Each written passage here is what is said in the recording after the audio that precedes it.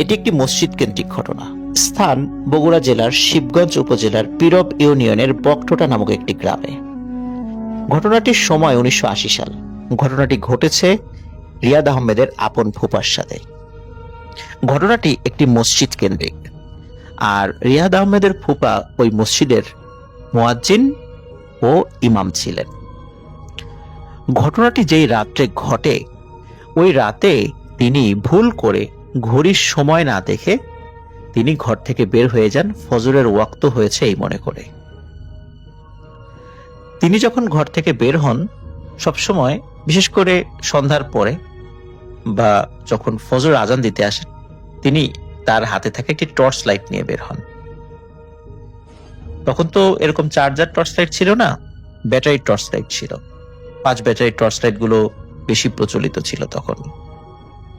এটার আলো হতো খুব বেশি, অনেকেই হয়তোবা সেটা দেখে থাকবে। যাই হোক, মসজিদটি অনেক পুরাতন ছিল।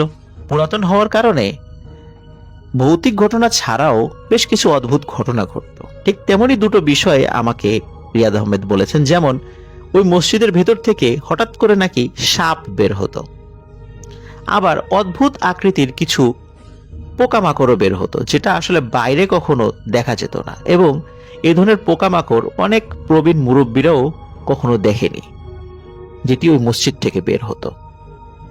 মসজিদের পাশেই রয়েছে পুরাতন একটি পুকুর এবং একটি পুরাতন কবরস্থান। যে রাত্রে ঘটনাটি ঘটে, সেই রাতে রিয়াদ আহমেদের ফুপা, যিনি ওই মসজিদের মুয়াজ্জিন ও ইমাম ছিলেন, তিনি ঘড়ি না দেখেই হাতে টর্চ লাইট নিয়ে ঘর থেকে বের হয়ে যান। তিনি যখন আসছিলেন, আসার পরে যখন মসজিদের এরিয়ার মধ্যে তিনি প্রবেশ করেছেন, হঠাৎ করে ওনার মনে হলো পুকুরের মধ্য থেকে সাঁতার কাটার আওয়াজ আসছে। তিনি চিন্তা করলেন, এত রাত্রে সাঁতার কাটে কে? এই চিন্তা করে ওনার হাতে থাকা টর্চ লাইটটি উনি মসজিদের পুকুরের দিকে ধরেন, কিন্তু কাউকে তিনি দেখতে পান না, এমনকি পানিও নড়ছে না। তখন আবার ছিল গরমকাল, চারদিকে বাতাসও কম ছিল। তো উনি চিন্তা করেন, কি ব্যাপার, একটু আগেই না সাঁতার কাটার শব্দ পেলাম, এখন দেখি পুকুরের পানিও স্থিতিশীল। তিনি চিন্তা করেন হয়তোবা তার মনের ভুল। এই চিন্তা করে তিনি আবার মসজিদের দিকে এগোতে থাকেন। যখন মসজিদের দিকে এগোতে থাকেন এবং মসজিদের কাছাকাছি চলে এসেছেন, তখন আবারও পুকুরের মধ্য থেকে সাঁতার কাটার শব্দ তিনি শুনতে পান। তিনি আবারও তার হাতে থাকা লাইটটি ওই পুকুরের দিকে ধরেন এবং পুকুরের দিকে ধরে তিনি একই দৃশ্য দেখতে পান। কোনো শব্দও নেই, কেউ সাঁতারও কাটছে না, এবং পানিও একদম শান্ত। তাহলে উনি কি এবারও ভুল শুনলেন? এটা কিভাবে সম্ভব? হঠাৎ উনি একটি দৃশ্য দেখে মারাত্মক ভয় পান। উনি দেখেন ওই পুরাতন কবরস্থানের মধ্য থেকে বড় একটি লাল আগুনের গোলা ওনার দিকে ছুটে আসছে। যেহেতু উনি মসজিদের কাছেই ছিলেন, উনি এক দৌড়ে মসজিদের মধ্যে ঢুকে পড়েন। মসজিদের মধ্যে ঢুকে দরজাটা লাগিয়ে দেন এবং লাইট জ্বালান। লাইট জ্বালানোর পরে উনি দেখতে পান মসজিদের ভেতরে থাকা ঘড়ি রাত 3টা শো করছে, তার মানে রাত 3টা বাজে। উনি অবাক হন, রাত 3টার সময় উনি চলে এসেছেন। যাই হোক, উনি চিন্তা করেন, এসেছি তাহলে এক কাজ করি, ফজরের ওয়াক্ত বা আজানের সময় হওয়ার আগ পর্যন্ত তাহাজ্জুদের নামাজ পড়তে থাকি। এই চিন্তা করে উনি মসজিদের এক পাশে তাহাজ্জুদের নামাজ আদায় করার জন্য দাঁড়িয়ে যান। তিনি যখন আল্লাহু আকবার বলে দাঁড়িয়ে গেছেন, তখন তার মনে হলো পেছন থেকে আরো অসংখ্য মানুষ নামাজের জন্য দাঁড়িয়ে গেছে। তিনি যখন নামাজ শেষ করে সালাম ফিরিয়ে তিনি যখন পেছনে তাকান, তখন তিনি কাউকে দেখতে পান না। তিনি চিন্তা করেন, এবারও কি আমার মনের ভুল হলো? যাই হোক, তিনি আবারও নামাজে দাঁড়িয়ে যান। তিনি যখন আবার নামাজে দাঁড়িয়েছেন, তখন একই রকম ফিল করেন যে পেছনে মনে হয় আরো অসংখ্য মানুষ নামাজ আদায় করছে। এবারও তিনি নামাজ শেষ করে পেছন দিকে তাকিয়ে কাউকে দেখতে পান না। তিনি মনে করেন এবারও হয়তো তার মনের ভুল হয়েছে। কিন্তু তৃতীয়বার যখন তিনি নামাজে দাঁড়িয়েছেন, নামাজে দাঁড়ানোর পর তিনি বাইরে থেকে কেমন জানি গোঙানোর আওয়াজ শুনতে পাচ্ছেন। তিনি নামাজ শেষ করে মসজিদের জানালার কাছে যান। জানালার কাছে যেই পাশটাতে পুকুর রয়েছে সেখানে গিয়ে তিনি কাউকে দেখতে পান না, কিন্তু জানালার যেই পাশে কবরস্থান রয়েছে সেই পাশে গিয়ে তিনি একটি অদ্ভুত দৃশ্য অবলোকন করেন। তিনি দেখেন অসংখ্য মানুষ ওই কবরস্থানের মধ্যে দাঁড়িয়ে আছে, তারা হাত তুলে দোয়া করছে এবং তাদের সম্মিলিত দোয়ার ওই শব্দটাই গোঙানির মতো মনে হচ্ছে। তারা আসলে কোন ভাষায় বা কিভাবে দোয়া করছে তিনি বুঝতে পারছিলেন না। তিনি এতটুকু বুঝতে পারছিলেন যে তাদের কণ্ঠস্বর মানুষের মতো এরকম স্বাভাবিক নয়, ভিন্ন রকম, এবং তারা কি বলছে সেটা বোঝা যাচ্ছে না, শুধু এতটুকুই বোঝা যাচ্ছে তারা দোয়া করছে। তিনি এই দৃশ্য দেখেও ভয় পেয়েছিলেন খুব, কিন্তু দরজা খুলে উনি যে কোনো কারণে বের হবেন সেই সাহসটা ওনার হচ্ছিল না। তিনি আবার তাহাজ্জুদের নামাজের জন্য দাঁড়িয়ে যান এবং ফজর ওয়াক্ত হওয়ার আগ পর্যন্ত তিনি তাহাজ্জুদের নামাজ পড়তে থাকেন। যখন ফজর ওয়াক্ত হয়ে যায় তিনি মসজিদের মাইকে আজান দেন। আজানের পর আস্তে আস্তে মুসল্লিরা আসতে থাকে, কিন্তু মুসল্লিরা আসার পর কাউকে তিনি এই ঘটনা বলেননি। এই ঘটনা তিনি চেপে যান। এরপর তিনি ওই মসজিদে আর ইমামতি করেননি, তিনি ইমামতি ছেড়ে দেন। আর ইমামতি ছেড়ে দেওয়ার সাথে সাথে স্বাভাবিকভাবেই মুয়াজ্জিনের দায়িত্ব থেকেও তিনি অব্যাহতি নেন। এরকম আরো অসংখ্য ঘটনা ওই মসজিদে রয়েছে। আর ঘটনা কিন্তু এখানে শেষ নয়, আরো একটি অদ্ভুত বিষয় রিয়াদ আহমেদ আমাকে বলেছেন। সেটি হচ্ছে ওই মসজিদটায় মাঝে মাঝে ফ্লোর ঘেমে যেত। মানে গরমকালে আমরা দেখি অনেক সময় আমাদের বাসা বাড়ি বিশেষ করে নিচতলাতে ফ্লোর ঘেমে যায়, ঠিক তেমনি ওই মসজিদেও ফ্লোর ঘেমে যেত। আর যখনই ওই মসজিদে ফ্লোর ঘেমে যেত তখনই ওই গ্রামের কারো না কারো মৃত্যুর সংবাদ পাওয়া যেত। এটি ছিল একটি সাধারণ ঘটনা। তবে গ্রামবাসীর মধ্যে একটি ধারণা প্রচলিত ছিল যে যদি মসজিদের ফ্লোর ঘেমে যায় এবং কেউ যদি ওই ফ্লোরে কিছুটা দুধ ঢেলে দেয় তাহলে নাকি ওই গ্রামের কেউ আর মারা যায় না।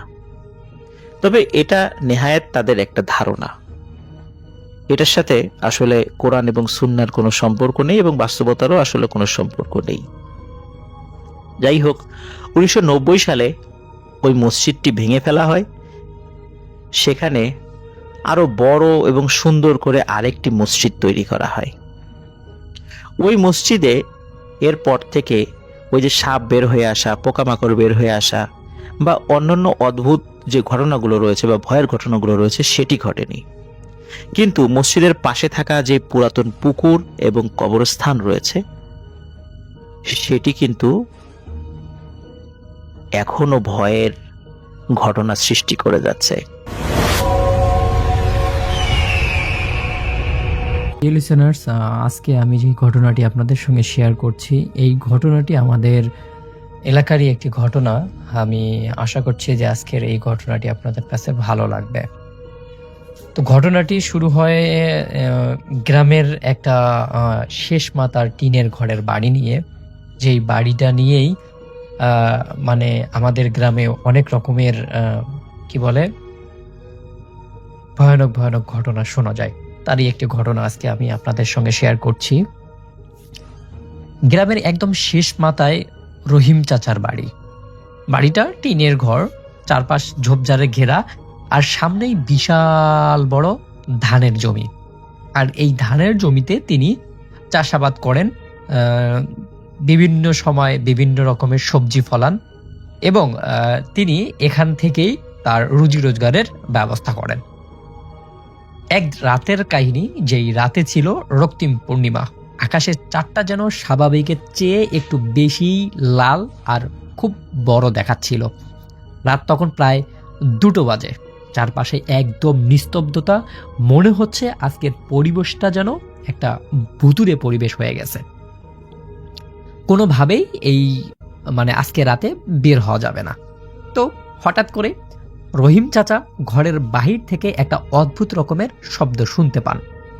এমন একটা শব্দ, মনে হচ্ছে তার ঘরের পাশে কেউ ফিস ফিস করে তার নাম ধরে ডাকছে। এমন শব্দ তিনি এর আগে কখনো শোনেননি। তাই কৌতূহল আর কিছুটা ভয় নিয়ে তিনি দরজা খুলে বাইরে আসতেই তার রক্ত একদম হিম কালো হয়ে যায়।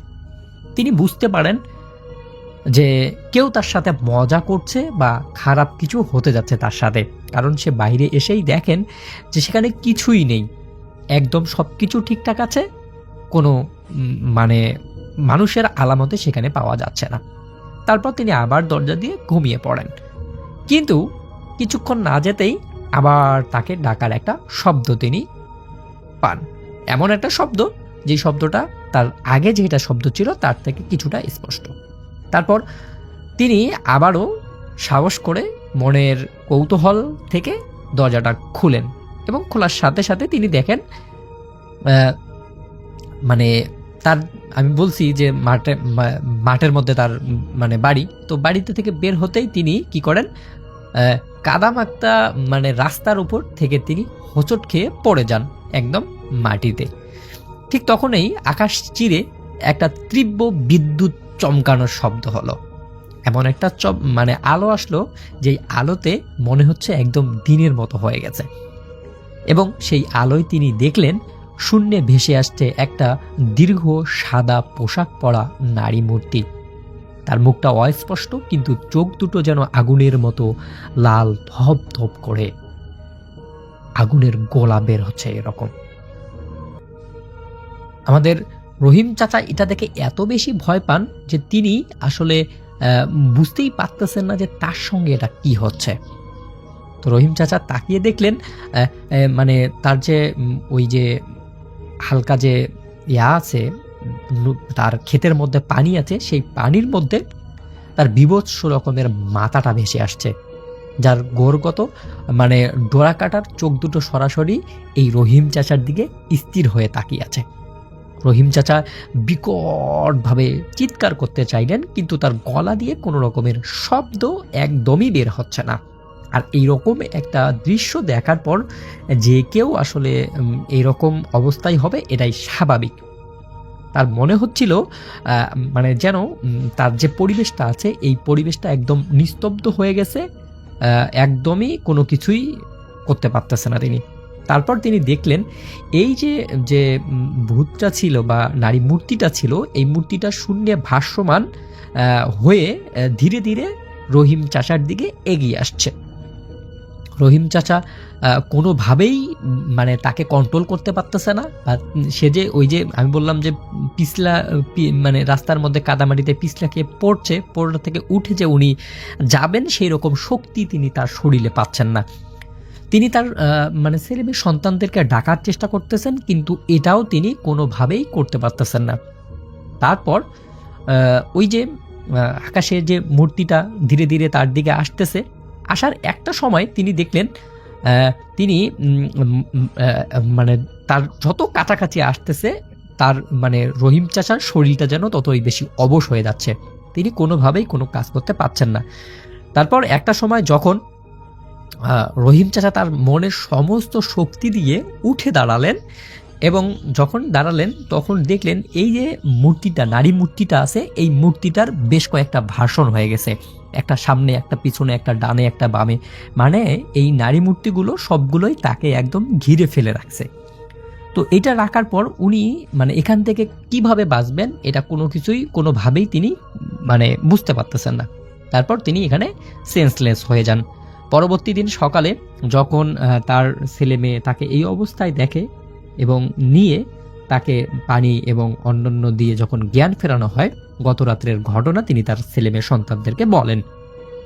তার সন্তানরা এটা শোনার পর অনেক বেশি ঘাবড়ে যান, বলেন যে আমাদের বাড়িটা এখান থেকে সরানো দরকার। কিন্তু তারা কোথায় যাবে, দরিদ্র মানুষ কোথায় যাবে কোনো কিছু বুঝতে পারতেছে না। কিন্তু মানে রহিম চাচার একজন বন্ধু ছিল যার নাম মাওলানা আব্দুল গফুর, তিনি এইসব জিন বা ভূত নিয়ে কাজ করেন। তো তো গফুর চাচা তার একটা সন্তানকে বললেন, না সরি, রহিম চাচা তার একটা সন্তানকে বললেন, তোমার আমার বন্ধু মাওলানা আব্দুল গফুরকে আমার বাড়িতে দাওয়াত করো, ও নিয়ে আসলেই আমাদের সমস্যার সমাধান হবে। তারপর মাওলানা আব্দুল গফুর তার বাড়িতে ঢোকার সাথেই কেমন একটা অদ্ভুত রকমের গন্ধ পান, কারণ উনি তো এগুলা জিনভূত কারণ। এবং তিনি তার বন্ধু রহিম চাচাকে বলেন, তোমার বাড়িতে একটা জিনের আসর পড়েছে, তুমি যদি এটা নিয়ে ব্যবস্থা না নেও তাহলে তোমার বংশ ধ্বংস হয়ে যাবে। আর গত রাত্রে যেটা তোমার সাথে হয়েছে সেটা একটা শুধুমাত্র নমুনা ছিল, আর এভাবেই যে তোমাকে ভয় পেয়ে বিভিন্নভাবে তোমার পিছনে লেগে পড়ে থাকবে। তারপর রহিম চাচা তার বন্ধুকে অনেকভাবে রিকোয়েস্ট করে যে আমার তৈরি এই জায়গা ছাড়া অন্য কোনো জায়গা নাই, আমি কোথায় যাব, কিভাবে কি করব না করব, তুমি আমাকে একটা পথ দেখিয়ে দাও। তারপর মাওলানা আব্দুল গফুর তাকে বলেন, ঠিক আছে, আমি তোমার জন্য দেখি কি করা যায়। তারপর মাওলানা আব্দুল গফুর আমাবস্যার রাতে তার যে মানে ভৌতিক জিনিসগুলো আছে সেগুলো নিয়ে সেই তার বন্ধু আব্দুর রহিমের বাড়িতে যান এবং বিভিন্ন রকমের সূরা মন্ত্রতন্ত্র পড়ে সারা রাত্র ধরে তিনি অনেক সূরা কালাম, অনেক তাবিজ কাবিজ করেন এবং তার রহিম চাচার যে বাড়িটা ছিল সেই বাড়ির চারপাশে 4টা তাবিজ পুঁতিয়া রাখার পর রহিম চাচাকে একটা তাবিজ দেন, বলেন যে এই তাবিজটা তুমি সবসময় তোমার সাথে রাখবে, আশা করি এরপর থেকে তোমার সাথে তেমন কোনো সমস্যা হবে না। তারপর আব্দুল গফুর চাচা পরের দিন সকালে বাড়ি চলে যায়। রহিম চাচা চলতেছে সংসার, খুব ভালোভাবেই চলতেছে, কিন্তু এখনো বিভিন্ন রকমের শব্দ তিনি শুনতে পান, কিন্তু তার কোনো ক্ষতি হয়নি। মানে তিনি যখন বাইরে বের হন, ওই তাবিজ নিয়ে বাইরে বের হন, কিন্তু তিনি কোনো কিছুই দেখতে পান না এবং সেখানে দাঁড়িয়ে তিনি 2 রাকাত করে নামাজ পড়েন। নামাজ পড়ার পর সবকিছু ঠিকঠাক হয়ে যায়। তো এখনো রহিম চাচা সেখানেই আছেন, ভালো আছেন, সুস্থ আছেন। তো এই ঘটনাটি আমাকে পাঠিয়েছিল আমার একজন বন্ধু, আমি ঘটনাটি পড়ে শোনালাম। আশা করছি যে ঘটনাটি ভালো লেগেছে। যদি ঘটনাটি ভালো লাগে তাহলে অবশ্যই একটা লাইক করবেন, কমেন্ট করবেন, শেয়ার করবেন, যারা যারা এইরকম ভূতের ঘটনাগুলো পছন্দ করে। সবার মঙ্গল এবং সুস্বাস্থ্য কামনা করে শেষ করছি। আল্লাহ হাফেজ। এই কাহিনীটি হচ্ছে 60-এর দশকের একটি কাহিনী, 60s-এর কাহিনী। এবং সেই সময় ট্যামির বাবা তখন বিয়ে করেন, তার বিয়ে হয় তার মায়ের সাথে, এবং তারা তখন অন্য একটি স্টেটে থাকতেন এবং সেখান থেকে তার বাবা মুভ করে আসছিলেন নেব্রাস্কাতে, কারণ সে কোনোভাবে তার পারিবারিক সূত্রে নেব্রাস্কাতে একটি বিজনেস পেয়েছিলেন, যেটা ছোট বিজনেস, স্মল বিজনেস, যেটা সে রান করতে পারবেন। এই চিন্তা করে তিনি নেব্রাস্কাতে মুভ করে আসছিলেন এবং খুব অনেক সময় দেখা যাচ্ছে যে ওইখানে যেটা হয়, যারা বিয়ে শাদী করে অনেক রকম অ্যাডভেঞ্চারের চিন্তা ভাবনা করে। তো ট্যামির বাবার প্ল্যানটা ছিল ট্যামির মায়ের সাথে এরকম যে তিনি বিয়ে করবেন এবং বিয়ে করে ওনার ওয়াইফকে নিয়ে সরাসরি উনি নেব্রাস্কাতে চলে আসবেন এবং নেব্রাস্কার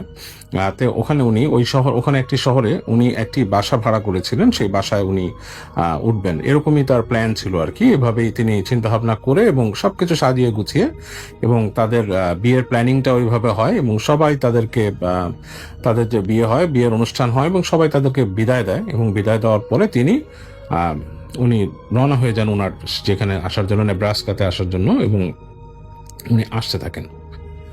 তো যথারীতি উনি চলে আসছেন ওখান থেকে গাড়িতে করে, এবং ওনারা নতুন newly married couple, happy, they are very happy. তারা বেশ গল্প করছেন, নিজেদের ভেতরে মজা করছেন, এদিক ওদিক তাকাচ্ছেন এবং তারা আসছেন এবং গাড়িতে হালকা গান চলছে, এরকম মানে খুব সুন্দর টাইম তারা পার করতে করতে আসছেন। এবং তাদের জানা আছে যে তাদের যেই শহরে তারা যাচ্ছেন সেখানে তাদের জন্য বাসা ভাড়া করা আছে এবং সেই বাসায় সবকিছু রেডি, তো কোনো চিন্তা ভাবনা নেই, খুব আনন্দেই তারা আসছেন।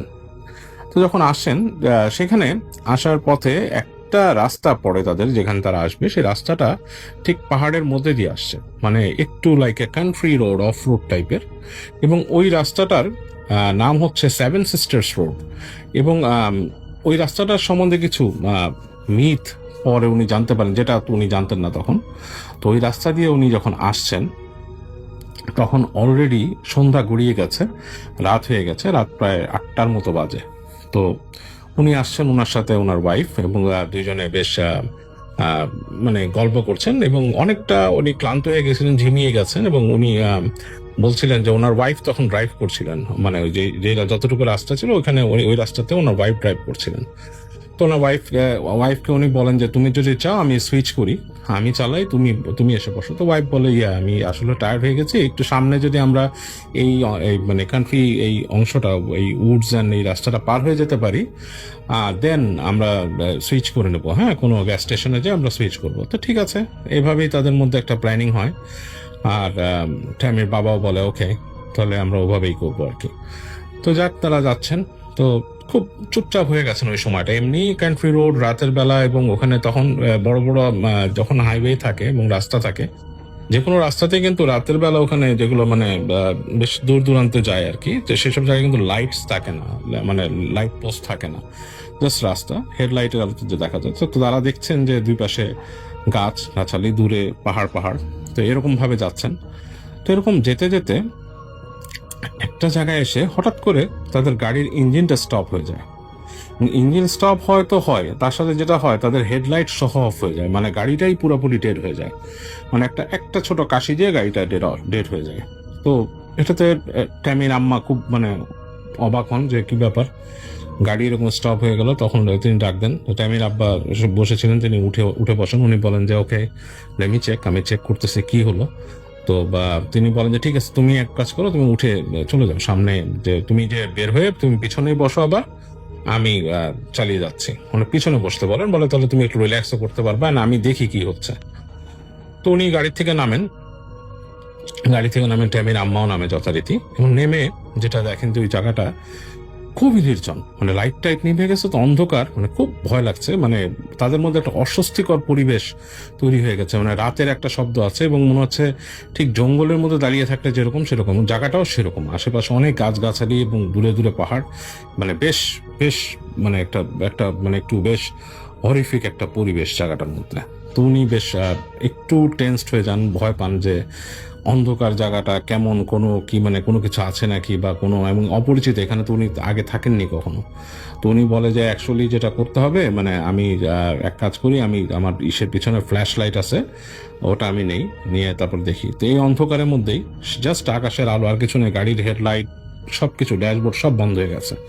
তো উনি কোনো মতে নেমে উনি যে ওনার পিছনের ট্রাঙ্কটা খুলেন, আর ট্যামির আম্মা কোনো মতে ঢুকে পেছনের যে সিট আছে সেখানে বসেন। তো উনি খুঁজে খুঁজে উনি হাতড়ে বের করেন ওনার বিভিন্ন টুলসের মাঝখান থেকে যে ফ্ল্যাশ লাইট একটা পান উনি, এবং সেই ফ্ল্যাশ লাইটটা নিয়ে উনি আসেন সামনে। এসে গাড়ির উনি যে হুড খোলার যে কিটা ওটা টান দিয়ে সামনের হুড খোলেন। রাতের বেলা বিকট শব্দ হচ্ছে, মানে এই যে উনি যে ছোটখাটো কাজ করছে এটাই বিকট শব্দ হচ্ছে। ওনার মধ্যে একটু ভয় লাগছে যে রাতের বেলা রাস্তার মাঝখানে দাঁড়িয়েছে, আবার হঠাৎ করে কোনো যে ট্রাক বা 18 হুইলার যদি চলে আসে এরকম, বাট সেটাও একটা চিন্তা। বাট তার মধ্যে একটা আশ্বস্তি, উনি চাচ্ছেন যে কিছু একটা আসুক, আসলে তো উনি একটু বাঁচলেন আর কি, অন্ধকারের মধ্যে গাড়িটা বন্ধ হয়ে গেছে। তো যাই হোক, তো উনি আস্তে আস্তে করে উনি ট্রাঙ্কটা উঁচু করে দেখেন, লাইট ফেলেন ভেতরে। তো লাইট ফেলেন, দেখেন যে কিছু না, মানে নাথিং, মানে কোনো ধোঁয়া উঠছে না, বা মানে রেডিয়েটারের কাছে হাত নিলেন, দেখলেন যে রেডিয়েটার মানে যতটুকু গরম হয় এতটুকু চালায় আসলে সেরকমই, মানে it's not extra heating or something like that, মানে বেশি গরম না আর কি, যতটুকু প্রয়োজন ততটুকুই গরম আছে, বেশি গরম না। ইঞ্জিনও ওভারহিটের কোনো লক্ষণ দেখছেন না উনি। তো কি ব্যাপার উনি বুঝলেন। উনি হঠাৎ করে উনি যখন নাকি ট্রাঙ্কটা নামাতে যাবেন, মানে সামনের হুডটা নামাতে যাবেন, এই সময় গাড়িটা মনে হয় একটু নড়ে উঠলো বেশ খানিকটা। মানে ওই গাড়িগুলো সাসপেনশন অনেক ভালো ছিল ওই সময়কার, সম্ভবত ক্যাডিল্যাক গাড়ি ছিল, এটা সাসপেনশন খুব ভালো ছিল, গাড়িটা বেশ দুলে উঠলো এরকম। তো উনি বেশ মানে একটু মানে হয়ে যায়, গাড়ি দুলে উঠলো এরকম মনে হলো যে মানে ডানে বামে একটু দুললো। তো উনি ওখান থেকে ট্যামির নাম ধরে উনি ডাক দেন যে কি হয়েছে এখানে, মানে ইজ এভরিথিং অল রাইট? তো ট্যামির আম্মা কোনো উত্তর দিচ্ছে না। তো উনি হুডটা নামিয়ে দেন, হুডটা নামিয়ে উনি ফ্ল্যাশ লাইট নিয়ে আসেন, এসে পিছনে ফ্ল্যাশ লাইট মানে দেখে যে ওনার ওয়াইফ শুয়ে আছে, মানে সিটের মধ্যে চোখ বন্ধ করে শুয়ে আছে, লাইক ঘুমের মতো। তো উনি ভাবে হয়তো ক্লান্তিতে অন্ধকারে এরকম নীরবে উনি ঘুমিয়েই গেছে। তো ওনার কাছে আরো বেশি অস্বস্তি লাগতে থাকে, অন্ধকারের মধ্যে এখন কি করবে। গাড়ির পাশে যে দাঁড়ান, ওনার ভয়ও লাগছে এর মধ্যে, কারণ কিছু করার নাই, মানে কি করবে উনি, যে গাড়ি স্টপ হয়ে গেছে এবং গাড়িটা নাড়াতেও পারবে না, অনেক ভারী গাড়ি। তো উনি এই চেষ্টাটা করবেন, উনি চিন্তা করেছেন যে আমি গাড়ি পরে সরিয়ে রাখবো, বাট ওই মুহূর্তে ওনার আসলে মাথায় কিছু আসছিল না। একদম নীরব রাস্তা, রাতের নিস্তব্ধতা। তো উনি কিছুক্ষণ দাঁড়িয়ে ভাবার চেষ্টা করলেন। উনি তার ওয়াইফকে জাগালেন না, যে ঘুমিয়ে গেছে যেহেতু ঘুমাক।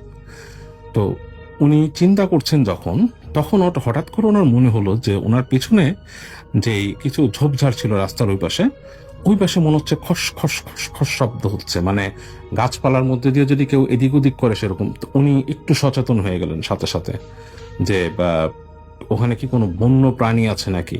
মানে উনি যেটা লোক ভয় পায়, যে এই ধরনের জঙ্গলগুলোতে অনেক জায়গায় দেখা যাচ্ছে ববক্যাট থাকে, অনেক জায়গায় দেখা যাচ্ছে যে উল্ফ থাকে, রেকুন থাকে। উনি রাতের বেলা অনেক রকম থিংস, অ্যান্ড উনি এটা নিয়ে মানে বেশ মানে ভয় পেয়ে যান আর কি। উনি চিন্তা করতে থাকেন যে আসলে মানে অলৌকিক কিছু না বা অপার্থিব কিছু না, ওনার মূল চিন্তাটা থাকে যে এখানে কোনো বন্য প্রাণী আছে কিনা, এবং খসখস খসখস শব্দ হচ্ছে ঝোপের মধ্যে। তো উনি একটু অসুস্থতে পড়ে উনি চিন্তা করেন যে আমি লাইট মারবো কিনা, ফ্ল্যাশ লাইট মারবে কিনা, এরকম চিন্তা করছে। তো হঠাৎ করে উনি খেয়াল করে যে ওই পাশে ঝোপটা ফড়ফড় করে কোনো কিছু ঝোপ থেকে বের হয়ে এরকম দৌড় দিয়ে আসলো, ওইদিকে চলে গেল। ইটস লাইক অন্ধকারের মধ্যে হালকা যে আলোটা উনি পাচ্ছেন আকাশে, সেখান থেকে বোঝা গেল কোনো একটা অবয়ব, লাইক ধূসর অবয়ব। ইটস লাইক হিউম্যান বিং, যদি কোনো মানুষ যদি একটু খুব ফাস্ট দৌড় দেয়, এবং এমন দৌড় যেটাকে তার কোনো মানে তাকে দেখা যাবে না। ইটস লাইক আলোর গতিতে, অলমোস্ট লাইক একটা লাইটের মতো, মনে হয় ধূসর কিছু একদম সাত করে চলে গেল। তো উনি সাথে সাথে ফ্ল্যাশ লাইট পয়েন্ট করে লাইট মারলেন ওখানে, কিন্তু উনি এত দ্রুত গেছে জিনিসটা, লাইট পড়লো না সেটার গায়ে। কিন্তু আশ্চর্য ব্যাপার হচ্ছে, লাইটটা উনি ঘুরিয়ে যখন নিলেন, যে ডিরেকশনে গেছে সেই ডিরেকশনে আস্তে আস্তে ওনার লাইটটা পিট করে দুইবার নিভে গেল, স্ট্যাটার করে। উনি কিন্তু বেশ ভয় পেয়ে গেল। উনি লাইটটাকে হাতের মধ্যে বাড়ি দিলেন কয়েকবার, দেখলো যে একটু জ্বলে আবার নিভে যায়, একটু জ্বলে আবার নিভে যায়। সো মানে ব্যাপারটা খুবই ডেঞ্জারাস একটা ব্যাপার। এরপর উনি চুপচাপ উনি দাঁড়িয়ে চিন্তা করছেন জিনিসটা কি। এরপর উনি দূর থেকে শুনতে পাচ্ছেন একটা হাম আসছে, মানে একটা শব্দ আসছে, হামিং, এরকম এই ধরনের একটা শব্দ পেছন থেকে আসছে। এবং উনি বেশ ভয় পেয়ে গেছেন গাড়ির পেছন দিকে, এবং উনি মানে থতমত খেয়ে ওদিকে তাকালেন এবং লাইটটা আবার জ্বালানোর চেষ্টা করলেন, হলো না। উনি প্রচন্ড ভয় পেয়ে, ওনার মধ্যে এখন একটা মানে ভৌতিক ভয় দানা বেঁধে গেছে। উনি যেটা করলেন, গাড়ির দরজা খুলে ভেতরে ঢুকে গেলেন। গাড়ির দরজা খুলে ভেতরে ঢুকে উনি গাড়িটা একবার কি মনে করে স্টার্ট দিতে গেলেন, এবং খুব সুন্দর ঘুম গাড়ি স্টার্ট হয়ে গেল। এবং সুন্দর ইঞ্জিনে, ওনার কাছে খুব মধুর লাগলো ইঞ্জিনের শব্দটা তখন, যে মানে ওনার কাছে মনে হলো যে এই মুহূর্তে এটাই সবচেয়ে সুন্দর শব্দ তিনি শুনতে চান, যে ইঞ্জিন স্টার্ট হয়ে গেছে। এবং হেডলাইট জ্বলে উঠলো, সামনে সুন্দর রাস্তা দেখা যাচ্ছে, মানে সেই বন্য রাস্তাই, মানে সেই বন্য রাস্তাই, বাট রাস্তা দেখা যাচ্ছে, সামনে কিছু নেই। তো উনি কোনো কথা না বাড়িয়ে গাড়ি চালানো শুরু করলেন। সামনে যাচ্ছেন দেখছেন যে ওই রাস্তাই, ওই মানে সেই মেঠো রাস্তা, পাহাড়ি রাস্তা আর কি, যেটা দিয়ে উনি যাচ্ছেন। সামনে যাচ্ছেন, ঝোপ ঝাড় গাছ এরকম যাচ্ছে। তো দূরে হঠাৎ করে ওনার মানে হেডলাইটটা পড়েছে এমন একটা জায়গায়, মনে হলো যে সাদা কিছু একটা দাঁড়িয়ে আছে, মানে যেখানে লাইটটা পড়েছে সাদা কিছু, এবং আলোটা ইস লাইক মিলি সেকেন্ডের জন্য কাইন্ড অফ রিফ্লেক্ট করলো, আবার মনে হলো ট্রান্সপারেন্ট ভেদ করে চলে গেল। এটা ইস লাইক মানে একটা ডিফারেন্ট একটা জিনিসের মতো মনে হচ্ছিল, সাদা কোনো একটা কাপড় পরা কেউ দাঁড়ায় আছে। বাট যখন ওর আলোটা আরেকটু কাছে গেল, মনে হলো সেটাকে ভেদ করে চলে গেল এবং মিলিয়ে গেল বাতাসে। এবং যখন ওই জায়গার পাশ দিয়ে উনি পাস করলেন, তখন ওনার গাড়ি কিন্তু আরেকটা ঝাঁকিয়ে খেয়েছে, ধপ করে আরেকটা ঝাঁকিয়ে খেয়ে গেছে। এবং উনি মানে মনে হলো যে কেউ গাড়িটাকে ধাক্কা দিল, কাইন্ড অফ লাইক দ্যাট। এবং উনি ভয় পেয়ে গেল যে কি ধাক্কা দিল আমার গাড়িটাকে। উনি ফিগার আউট করতে পারছে না উনি সাদা কি দেখলো ওইটা। দ্যাট ওয়াজ সামথিং আনইউজুয়াল, যেটা ওনার কাছে মানে জিনিসটা খুবই মানে ভয়ঙ্কর লাগছে। এবং উনি তখন, যেটা উনি খ্রিস্টান ছিলেন, উনি সাথে সাথে ওনার বিড়বিড় করে ওনার বাইবেলের শ্লোক পড়া শুরু করলেন। এবং উনি চিন্তা করা শুরু করলেন যে জিনিসটা কি। এবং উনি যখন পড়ছেন, ওনার নিজের কাছে একটু সাহস লাগছে, আবার ভয়ও লাগছে, গা শিরশির করছে জিনিসটা। এখন উনি ভয় পাচ্ছেন অতিলৌকিক জিনিসের, যে জিনিসটা কি হচ্ছে। তো এভাবে করে উনি পাস করছেন। তো যেখানে উনি আসলেন একটা জায়গায় একটা বাঘ ছিল, বাঘটা হচ্ছে জাস্ট এরকম ঘুরে চলে যাবে ডান দিকে। এবং ওই জায়গায় যখন উনি আসছেন, বাঘটা নেওয়ার সময় উনি খেয়াল করলেন রাস্তার পাশে কালো কিছু একটা দাঁড়িয়ে আছে, একটা প্রাণীর মতো, it's like a human being, একটা মানুষের মতো। আর তার মুখের ভেতরে পুরোটাই হচ্ছে কালো, হা করে আছে, মানে হা করেছে, মুখের ভেতরটা অংশটা পুরো কালো মনে হচ্ছে, ভেতরে কেউ কালো কাদা মুখে নিয়ে দাঁড়িয়ে হা করে আছে। উনি আর সহ্য করতে পারলেন, উনি প্রচন্ড জোরে এক্সেলারেটর দাবিয়ে দিলেন এবং ওনার গাড়ি লাফ দিয়ে সামনে বাড়লো, ওইটাকে ক্রস করলো। তখন ওনার মনে হলো যে ওনার গাড়িটা আরেকবার বাড়ি খেলো ড্রিম করে। এবং এই নিয়ে কিন্তু উনি 3 বার, একবার কাঁপতে দেখেছেন, 2 বার বাড়ি খেয়েছেন ওনার গাড়ি। এবং উনি সামনে বাড়তে থাকলেন, উনি বিড়বিড় করে বাইবেলের শ্লোক আওড়াচ্ছেন এবং উনি চালিয়ে যাচ্ছেন। এবং উনি ওনার যে মানে মনেও নেই উনি কিভাবে যাচ্ছেন, কোন রাস্তায় যাচ্ছেন এরকম দেখতে। তো হঠাৎ ওনার কাছে মনে হলো যে ওনার হাতে যে রোড অ্যাটলাসটা ছিল ওনার পাশে, ওইটা উনি বের করে দেখতে চান যে আসলে কোথায় যাচ্ছেন, কতদূর আসছেন। তো উনি একটা জায়গায় আস্তে করে রাস্তাটা গাড়িটাকে সাইড করেন, সাইড করে উনি রোড অ্যাটলাসের দিকে লাইট মারেন। তো উনি যখন লাইট মেরেছেন এই সময় উনি পিছন থেকে ওনার ওয়াইফের গলা শুনেন এবং দ্যাট ওয়াজ মানে ওটা অন্যরকম, লাইক মানে মিশ্রিত একটা কণ্ঠ, মোটা কণ্ঠ, মানে যেটা নাকি মানুষের শান্ত হয় না। একটা নারী যদি খুব ভারী কণ্ঠে কথা বলে সেটা পুরুষালী ভাব চলে আসে, এরকম একটা কণ্ঠে তাকে বলে যে why did you pull over, হ্যাঁ মানে তুমি গাড়ি দাঁড়া করালো কেন। এবং উনি মানে 1 সেকেন্ডে, মিলি সেকেন্ড উনি ফট করে পিছে তাকান, দেখে যে জিনিসটা কি। তো উনি তাকিয়ে দেখেন যে ওনার ওয়াইফ ওনার দিকে তাকিয়ে আছে, তার চোখগুলো বড় বড় হয়ে গেছে, একদম মনে হচ্ছে কোটর থেকে বেরিয়ে আসবে, এবং হিংস্র চোখে তার দিকে তাকিয়ে আছে। এবং ওনাকে দ্বিতীয়বার একই কথা জিজ্ঞেস করে একটা প্রচন্ড জোরে মানে ঝাঁকি মেরে ওনার দিকে আসে এবং উনি ভয় পেয়ে যান। উনি আবার গাড়ি চালানো শুরু করেন, ওনার ঠিক মতো মনেও নাই যে উনি কোন ডিরেকশনে কিভাবে যাচ্ছেন। এবং উনি যাচ্ছেন, চালিয়ে যাচ্ছেন সামনে, অন্ধকারের মধ্যে চালিয়ে যাচ্ছেন। আর উনি শুনছেন ওনার ওয়াইফ পেছনে হাসছে, ওনার ওয়াইফ হাসছেন এবং হাসির সাউন্ড শুনছেন উনি। তো উনি মানে অ্যাকচুয়ালি উনি ড্রাইভ করেছেন উদ্ভ্রান্তর মতো, ওনার কোনো কিছু খেয়াল নেই কি করছেন। উনি অন্ধকারের মধ্যে চালিয়ে যাচ্ছেন, রাস্তাও উনি গুলিয়ে ফেলেছেন এবং উনি যে গাড়ি থামাতে পারবেন এরকম কিছু না। তো উনি যেতে যেতে এবং পিছন থেকে ওনার ওয়াইফ আসছে এবং উনি কিন্তু জোরে জোরে বাইবেলের শ্লোক পড়ছেন, উনি যেগুলো জানেন আর কি, ওনার জানা যেগুলো। উনি যেতে যেতে সামনে একটা জায়গায় চলে আসলেন, সেখান থেকে দূরে উনি একটা লাইট দেখলেন, মনে হলো যে একটা গ্যাস স্টেশন, মানে পেট্রোল পাম্প। তো সেখানে উনি দেখলেন এবং উনি আস্তে আস্তে কাছিয়ে আসছেন। উনি একদম খুব ঝড়ের গতিতে সেই পার্কিং এ ঢুকিয়ে ফেললেন। ঢুকিয়ে ফেলে দেখলেন যে ওই পার্কিং সেই পেট্রোল পাম্পে গ্যাস স্টেশনে একটা স্টোর আছে পাশে। সেই স্টোরটা রাতের বেলা মানে প্রায় বন্ধ হবার জোগাড়, তখন হয়তো রাত 10টার মতো বেজে গেছে এরকম টাইমে। তো বন্ধ হবার জোগাড়, লোকটা গোছাচ্ছে বেরোনোর সময়। তো উনি জাস্ট গাড়িটা থামিয়ে উনি বললো যে wait a minute, please help me, আমাকে একটু হেল্প করেন। তো ওই লোকটা তাকালো। এই সময় উনি নিজে আর যখন ওয়াইফের দিকে তাকালেন, দেখলেন ওনার ওয়াইফ ঘুমিয়ে আছে পিছনে, জাস্ট লাইক চোখ বন্ধ করে পড়ে আছে, মানে শি হ্যাজ নো সেন্স। তো উনি ওই লোকটাকে নামলেন, ম্যাপ নিয়ে এসে বললেন যে দেখো আমি আসতেছি অমুক জায়গার থেকে, আমি এই সিটিতে যাব এবং আমি এই রাস্তা ধরে আসছিলাম এবং এরকম আমি কিছু মানে অস্বস্তি ফিল করলাম এবং অনেক রকম আনইউজুয়াল এক্সপিরিয়েন্স হলো।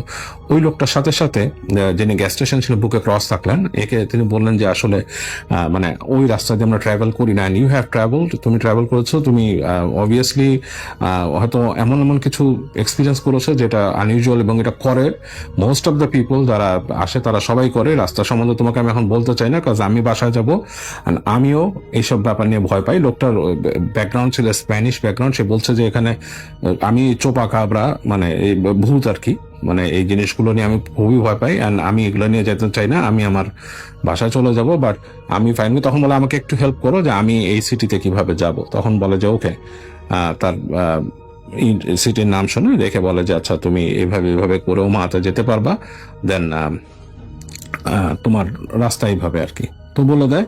তো উনি আস্তে ধীরে ওই লোকের থেকে বিদায় নিয়ে উনি আবার গাড়িতে উঠেন, গ্যাস স্টেশনে উঠে আবার উনি রাস্তায় নামেন এবং উনি একটু ধাতস্থ হয়েছেন।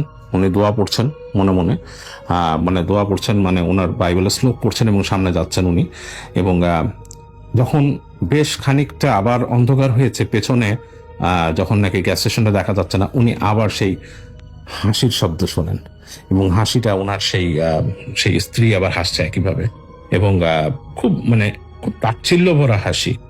তো হাসিটা হচ্ছে এরকম যে মনে করছে যে তুমি বেঁচে যাবা এখান থেকে, মানে এরকম কিছু হবে তোমার সাথে, হ্যাঁ তুমি এখান থেকে বেঁচে যাবা, হ্যাঁ তুমি কোথায় যাবা এখান থেকে বেঁচে, এরকম বলতেছে। তো উনি তখন ওনার শ্লোক পড়ে, ওনার সেই শ্লোক পড়ে উনি তখন বলে যে আমি তোমাকে বলছি যে তুমি বদার করো না, হ্যাঁ তুমি বদার করো না, আমি জানি না তুমি আমার ওয়াইফ কিনা, বাট মানে এরকম আচরণ করো না, অ্যান্ড ইউনো বি নর্মাল, এরকম বলার চেষ্টা করে। কিন্তু দেখে যে ওখানে কিছু শান্ত হচ্ছে না, তার ওয়াইফ এরকম বলছেই এবং বারবার তাকে ধরতে আসছে হাত দিয়ে, এবং মানে হয়তো তিনি ওই শ্লোক পড়ছিলেন দেখে তাকে ধরতে পারছিলেন না এরকম। তো উনি গাড়ি চালাতে চালাতে একটা সময় উনি চলে আসেন এমন একটা জায়গায়, যে জায়গাতে উনি একটা হাইওয়েতে উঠবেন, মানে আরেকটা রাস্তা উঠবেন, সেই জায়গায় মোটামুটি আলো আছে।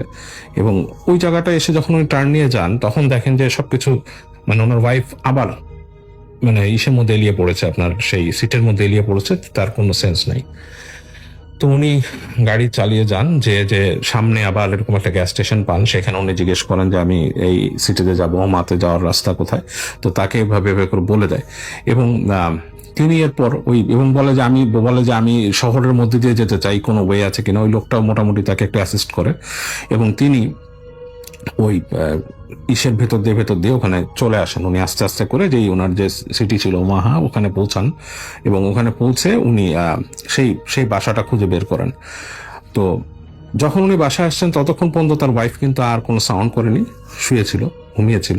এবং উনি বাসায় এসে, উনি তখন যে বাসাটা উনি আসার কথা, সেখানকার বাসার সামনে উনি গাড়ি পার্ক করেন, এবং তিনি ওই বাসার কথা ছিল যে তাদের যে একটা মেল বক্সের পাশে একটা ম্যাট ছিল, সেই ম্যাটের নিচে ওখানে এন্ট্রান্সে চাবি থাকবে, এবং উনি যে সেই জায়গা মতো চাবি পান, এবং তিনি আস্তে ধীরে তার ওয়াইফকে ঘুম থেকে ওঠানোর চেষ্টা করেন, এবং কথা বলতে বলতে আস্তে আস্তে ওয়াইফকে বলেন উঠতে। ওয়াইফ উঠে যায়, এবং সে ওয়াইফকে তাকিয়ে দেখে যে খুবই স্বাভাবিক ওয়াইফ, তার ভেতরে কোনো রকমের মানে ই নেই। ওয়াইফ বলে আমরা কখন আসলাম, তুমি আমাকে ঘুম থেকে তুললে না, হ্যাঁ এই সেই, আমি কতক্ষণ ঘুমাইছি।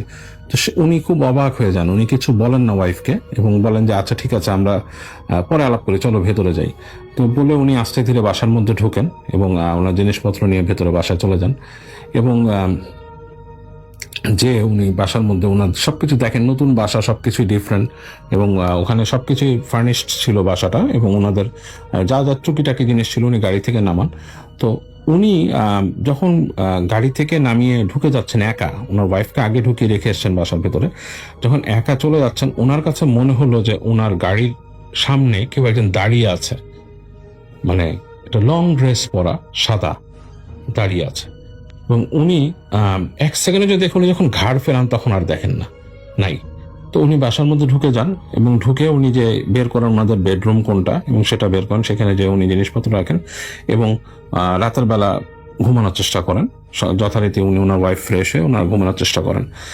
তো বেশ রাত হয়ে গেছে, তখন রাত 3টা 3:30 এরকম সময় হঠাৎ করে উনি শুনতে পান যে প্রচন্ড কুকুর ডাকছে পাশের ওখান থেকে, মানে কুকুর মানে ডেকে, মানে পাশের যে বাসার থেকে মনে হচ্ছে যে ওই বাসাটাকে মানে মানে মানে মনে হচ্ছে যে কুকুর এই বাসায় চলে আসবে, এত জোরে কুকুর ডাকছে তো ডাকছেই, প্রচন্ড মানে সিরিয়াস অবস্থা। এবং দেখা উনি মানে টের পেলেন যে মানে ওই বাসার পাশে যেখান থেকে কুকুর ডাকছে, ওই ওনার জানলা দিয়ে দেখতে পেলেন ওইসবটাকে লাইট জ্বলে উঠছে।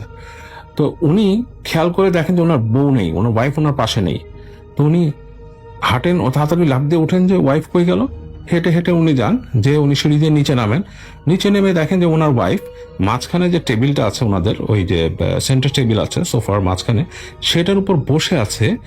কিন্তু তিনি কিন্তু বসে নাই, উনি মানে সোফা থেকে লাইক 2 ফিট উপরে ভাসছে, বাতাসে ভাসছে, এবং তার চুলগুলো খোলা।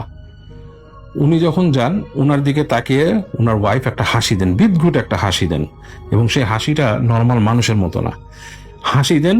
এবং উনি তখনই সাথে সাথে বাইবেলের শ্লোক পড়েন, এবং ধাপ করে ওনার ওয়াইফ আবার ওখানে পড়ে যায়। তো উনি ওনার ওয়াইফকে নেন, ওনার ওয়াইফকে ধরে ওনার ওয়াইফ দেখা গেছে যে পড়ছে, যে তার কোনো হুঁশ ওইখানে ওইভাবে হয় নাই। উঠে বলতেছে হোয়াট হ্যাপেন, তার ওয়াইফ বলতেছে কি হয়েছে, সে কিছু জানে না। উনি তার ওয়াইফকে বলে কিচ্ছু হয়নি। উনি আসলে ওটা জানাতে, উনি বুঝে ফেলছেন ব্যাপারটা কি। উনি ওয়াইফকে টেনে আস্তে আস্তে আস্তে করে উনি উপরে উঠে উনি ওনার ওয়াইফকে শোয়ান, এবং শোয়ায় উনি তখন ওনার ব্যাগ থেকে ক্রস বের করেন, একটা ক্রস বের করে ওয়াইফকে ক্রসটা পরান। ওনার ওয়াইফকে যখন ক্রস পরাচ্ছেন, ওনার ওয়াইফ কিন্তু এটা পছন্দ করছিলেন না, মানে দিতে চাচ্ছিলেন না। এবং যখন বাধা দিচ্ছিলেন, বাধাটা ছিল যে যেমন ওনার চেষ্টার বাইরে, এরকম মানে লাইক মানে হঠাৎ করেই সে আবার অন্য একটা মুডে যে চলে যাচ্ছিলেন এরকম আর কি। যাই হোক, উনি ফাইনালি ক্রস পরা ওয়াইফকে রাখেন এবং রেখে উনি চিন্তা করেন যে এটার ব্যবস্থা ওনার নিতে হবে। তো উনি পরদিন সকালবেলায় উনি ওখান থেকে বের হয়ে যে উনি ওনার যে রিয়েল এস্টেটের সাথে কথা বলেন, একটু যে কথাবার্তা বলে জানতে চান যে আমার এখানকার যে লোকাল চার্চ কোথায়। তো তখন তারা তাকে বলে যে অমুক জায়গায় অমুক স্ট্রিটে চার্চ আছে। তো কেন, কি সমস্যা, কি বলে, না আমি জাস্ট এখানে যেতে আসছি, আমি ধর্মপ্রাণ মানুষ, আমি তো সানডেতে চার্চে যাই, জানতে হবে। তো তারা তাকে অ্যাড্রেস সবকিছু দিয়ে দেয়। তো উনি যায়, উনি যান চার্চে যান। চার্চে যে ওই যে কথা বলেন ওখানকার যিনি ফাদার ছিলেন তার সাথে বলেন যে আমি অমুক স্টেট থেকে আসছি, আপনাদের এখানে নতুন, বাট আমি একটা সমস্যা পড়েছি, আপনাদের এখানে আসার সময় রাস্তায় এরকম কিছু প্রবলেম হয়েছে এবং এরপর থেকে এই জিনিসটা। চার্চের ফাদার শুনে বলে যে ওকে, তোমার প্রবলেমটা আমি যদিও বুঝতে পারছি, বাট এই এক্সোরসিজম টাইপের কিছু করার অবস্থা এখন আমাদের নাই, কারণ এক্সোরসিজম করতে গেলে পারমিশন দরকার হয় এবং সেরকম পারমিশন না। তো অনেক রিকোয়েস্ট করেন উনি ফাদারকে যে আপনি একটু আমাকে দেখেন। তো তার ফাদার বলে যে আমি এক্সোরসিজম করতে পারবো না, বাট আমি যে তোমার প্রবলেমটা দেখি কি করা যায় এটা আমি হেল্প করতে পারি তোমাকে। তো তার কথা মতো ফাদার বলে যে আমি 2 ঘন্টা পরে আসি, আপনার ঠিকানা রাখেন। সে না অনেক রিকোয়েস্ট করে ফাদারকে, বলে যে আমার সাথে চলুন, কাজ আমার নিউলি ম্যারিড, এরকম ব্যাপার, এই সমস্যা। তো এগুলো বলার পরে তখন ফাদার বলে যে আচ্ছা ঠিক আছে। তো ফাদার ওনার সাথে যান। তো ফাদারকে নিয়ে যখন উনি বাসায় পৌঁছান তখন অলরেডি দুপুর গড়ায় গেছে। উনি বাসায় ঢোকেন ফাদারকে নিয়ে। ফাদার ঢোকার পরই তার ফাদার বলতে থাকে যে তোমার বাসাতে আমি কিছু মানে ইভেল জিনিসের পাচ্ছি, মানে স্পিরিটের পাচ্ছি, মানে দিস ইজ নট রাইট, আমি সেন্স করতে পারতেছি এখানে ইভিল স্পিরিট আছে। তো এটা যখন বলছে উনি, তখনই উপর থেকে গালাগালির শব্দ আসতে থাকে। ইটস লাইক মানে কেউ গালি দিচ্ছে, ভয়ঙ্কর গালাগালি করছে, মানে ভয়ঙ্কর ভাষায় গালাগালি করছে, মানে অকথ্য ভাষায়, এবং সে অকথ্য ভাষার মধ্যে চরম আছে এবং ফাদার সহ, এবং এমন কথায় বলে গালি দিচ্ছে যে এই কথাগুলো কিন্তু ঈশ্বর জানার কথা না, মানে তার অনেক ব্যক্তিগত ব্যাপার স্যাপারে সে ফাদারকেও অনেক ভাষায় কথা বলছে। তো ফাদার বলে যে আই নো, আমি বুঝতে পারছি ব্যাপারটা, তোমার ওয়াইফ পজেস হয়েছে, বাট সো এখন তোমাকে আমি কি হেল্প করতে পারবো না, তোমাকে আমি যেটা বলি তুমি ক্রস রাখো, নিজে তুমি যা পারো এটা তুমি পড়ো, এবং তোমাকে আমি যেটা বলি তোমাকে হোলি ওয়াটার দিব, সেটাও তুমি বাসায় রাখো, সেটা স্প্রেড করো। আমার মনে হয় জিনিসটা তোমার খুব একটা জানানো ঠিক হবে না, বাট আমি আরেকজন ফাদার আছে তার সাথে কথা বলবো, এবং যদি পারি, আমি যদি কোনো পারমিশন ম্যানেজ করতে পারি তোমার এখানে এক্সারসাইজম করার, তাহলে আমি পারফর্ম করে দিব। বাট আনটিল দেন মানে তোমাকে আমি আজকে সন্ধ্যার মধ্যে কোনো রেজাল্ট দিব বা কালকের মধ্যে তুমি এটা করতে পারবা। তো এই বলে ফাদার ওনার বাসা থেকে চলে যান।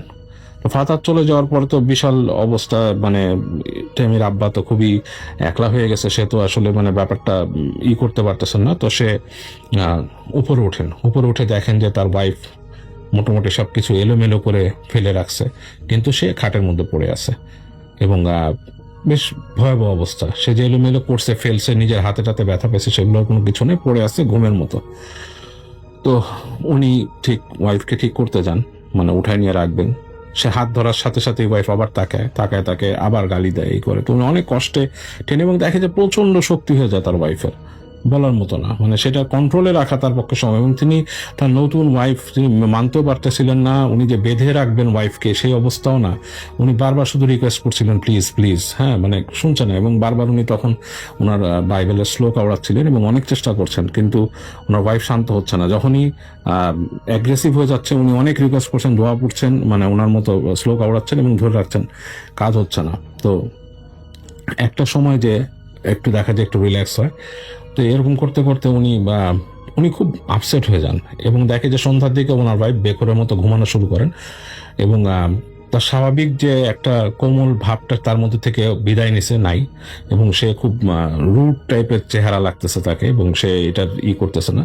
এবং তিনি খেয়াল করতে থাকেন ওয়াইফের পাশে বসে তার নিজেরও না খাওয়া পুরো চলে গেছে। তো উনি ভাবতে থাকেন যে আমি লাইফে একটা বড় মিস্টেক করলাম, এরকম স্টেট মুভ করতে এসে কোথায় আসলাম, কি দেখলাম, this was a big mistake for me, এরকম চিন্তা করতে থাকে। এবং উনি দেখছেন যে স্বপ্নের মধ্যে ওনার ওয়াইফ মানে ঘুমের মধ্যেই বিড়বিড় করে কথা বলছে, মুখ ভেঙাচ্ছে, আবার কি বলছে, এরকম ব্যাপার স্যাপার। তো ইট ওয়াজ ভেরি স্কেরি। তো উনি এক সময় ওনারও আসলে ঘুম এসে পড়ে, উনি ওইভাবে থাকতে পারে না, উনি ঘুমিয়ে যায়। তো উনি হঠাৎ করে ওনার ঘুম ভাঙে তখন উনি কিছু শব্দ পাচ্ছেন, টুকটাক শব্দ পাচ্ছেন, এবং মনে হচ্ছে যে কেউ একজন ওনার কানের পাশ দিয়ে কিছু বলে ডাকছে ওনাকে। তো উনি হঠাৎ করে চোখ মেলে দেখেন সারা রুম অন্ধকার, রুমের মধ্যে কোনো আলো নেই এবং মনে হচ্ছে ওনার সামনে কিছু একটা। তো ঘুমের থেকে উঠে ফার্স্ট উনি ঠাও করতে পারে না সামনে কি। হঠাৎ করে উনি সামনে দেখেন যে ওনার সামনে ওনার ওয়াইফ ভাসছে, বাতাসের মধ্যে ভাসছে এবং তার হাতগুলো দুই পাশে এরকম ঝুলে গেছে, পাগুলো ঝুলে গেছে এবং সে বাতাসে ভাসছে। ঘরের মধ্যে একটু আলো নেই, অন্ধকার। ওই বাইরের যে আলোগুলো আছে জানলা দিয়ে আসতেছে ততটুকুই। উনি লাফ দিয়ে উঠে যান, উঠে যে উনি সাথে সাথে ওনার বাইবেলের শ্লোক আওড়ানো শুরু করেন, ওনার ওয়াইফকে উনি টেনে নামানোর চেষ্টা করেন। এই সময় ওনাকে মনে হয় হঠাৎ করে ওনাকে কেউ প্রচন্ড জোরে একটা মানে চড় মারে এবং উনি ছিটকে পড়ে যান এক পাশে এবং পড়ে উনি তখন আর কোনো দিশা পাচ্ছিলেন না কি করবেন। হঠাৎ করে উনি ওখান থেকে শুনতে পান যে ওনার ওয়াইফ কথা বলছে, ওখান থেকে ওই শোয়া অবস্থায় কথা বলছে বিভিন্ন কিছু, এবং মনে হচ্ছে কথা অন্য একজন মানুষের সাথে বলছে, লাইক আরেকজন মানুষ রুমে আছে তার সাথে কথা বলছে এবং সেই একই রকম কণ্ঠ হয়ে গেছে। কণ্ঠটা খুব মানে মানে লাইক রাফ একটা, মনে হচ্ছে যে মোটা গলায়, মানে একটা মানুষের গলাকে যদি প্রেস করে কেউ মানে মানে সবচেয়ে হেভি পর্যায়ে নিয়ে যায় জোর করে, সেরকম অবস্থায় কথা বলছে খুব গড়গড় করে। তো এই অবস্থায় উনি একদম চোখ বন্ধ করে শুধু উনি ঈশ্বরকে স্মরণ করতে থাকেন। তো এই সময় ওনার ওখানে গেটে শব্দ হয়, ঠুস ঠাস করে শব্দ হয় এবং শব্দগুলো শোনার পরে হঠাৎ করে মনে হলো যে ওনার ওয়াইফ ধাপ করে পড়ে যায় এবং মাটিতে প্রায় 3-4 ফিট উপর থেকে পড়ে এবং কোকিয়ে ওঠে ওনার ওয়াইফ, পড়ে ব্যথা পাচ্ছে, মানে বুঝতে পারে। উনি তখন সবকিছু ফেলে দৌড় দিয়ে ওয়াইফকে শোয়ান এবং উনি নিচে যান, যে গেটের ওখানে দেখেন যে ওনার গেট খুলে ঢোকার চেষ্টা করছেন সে ফাদার।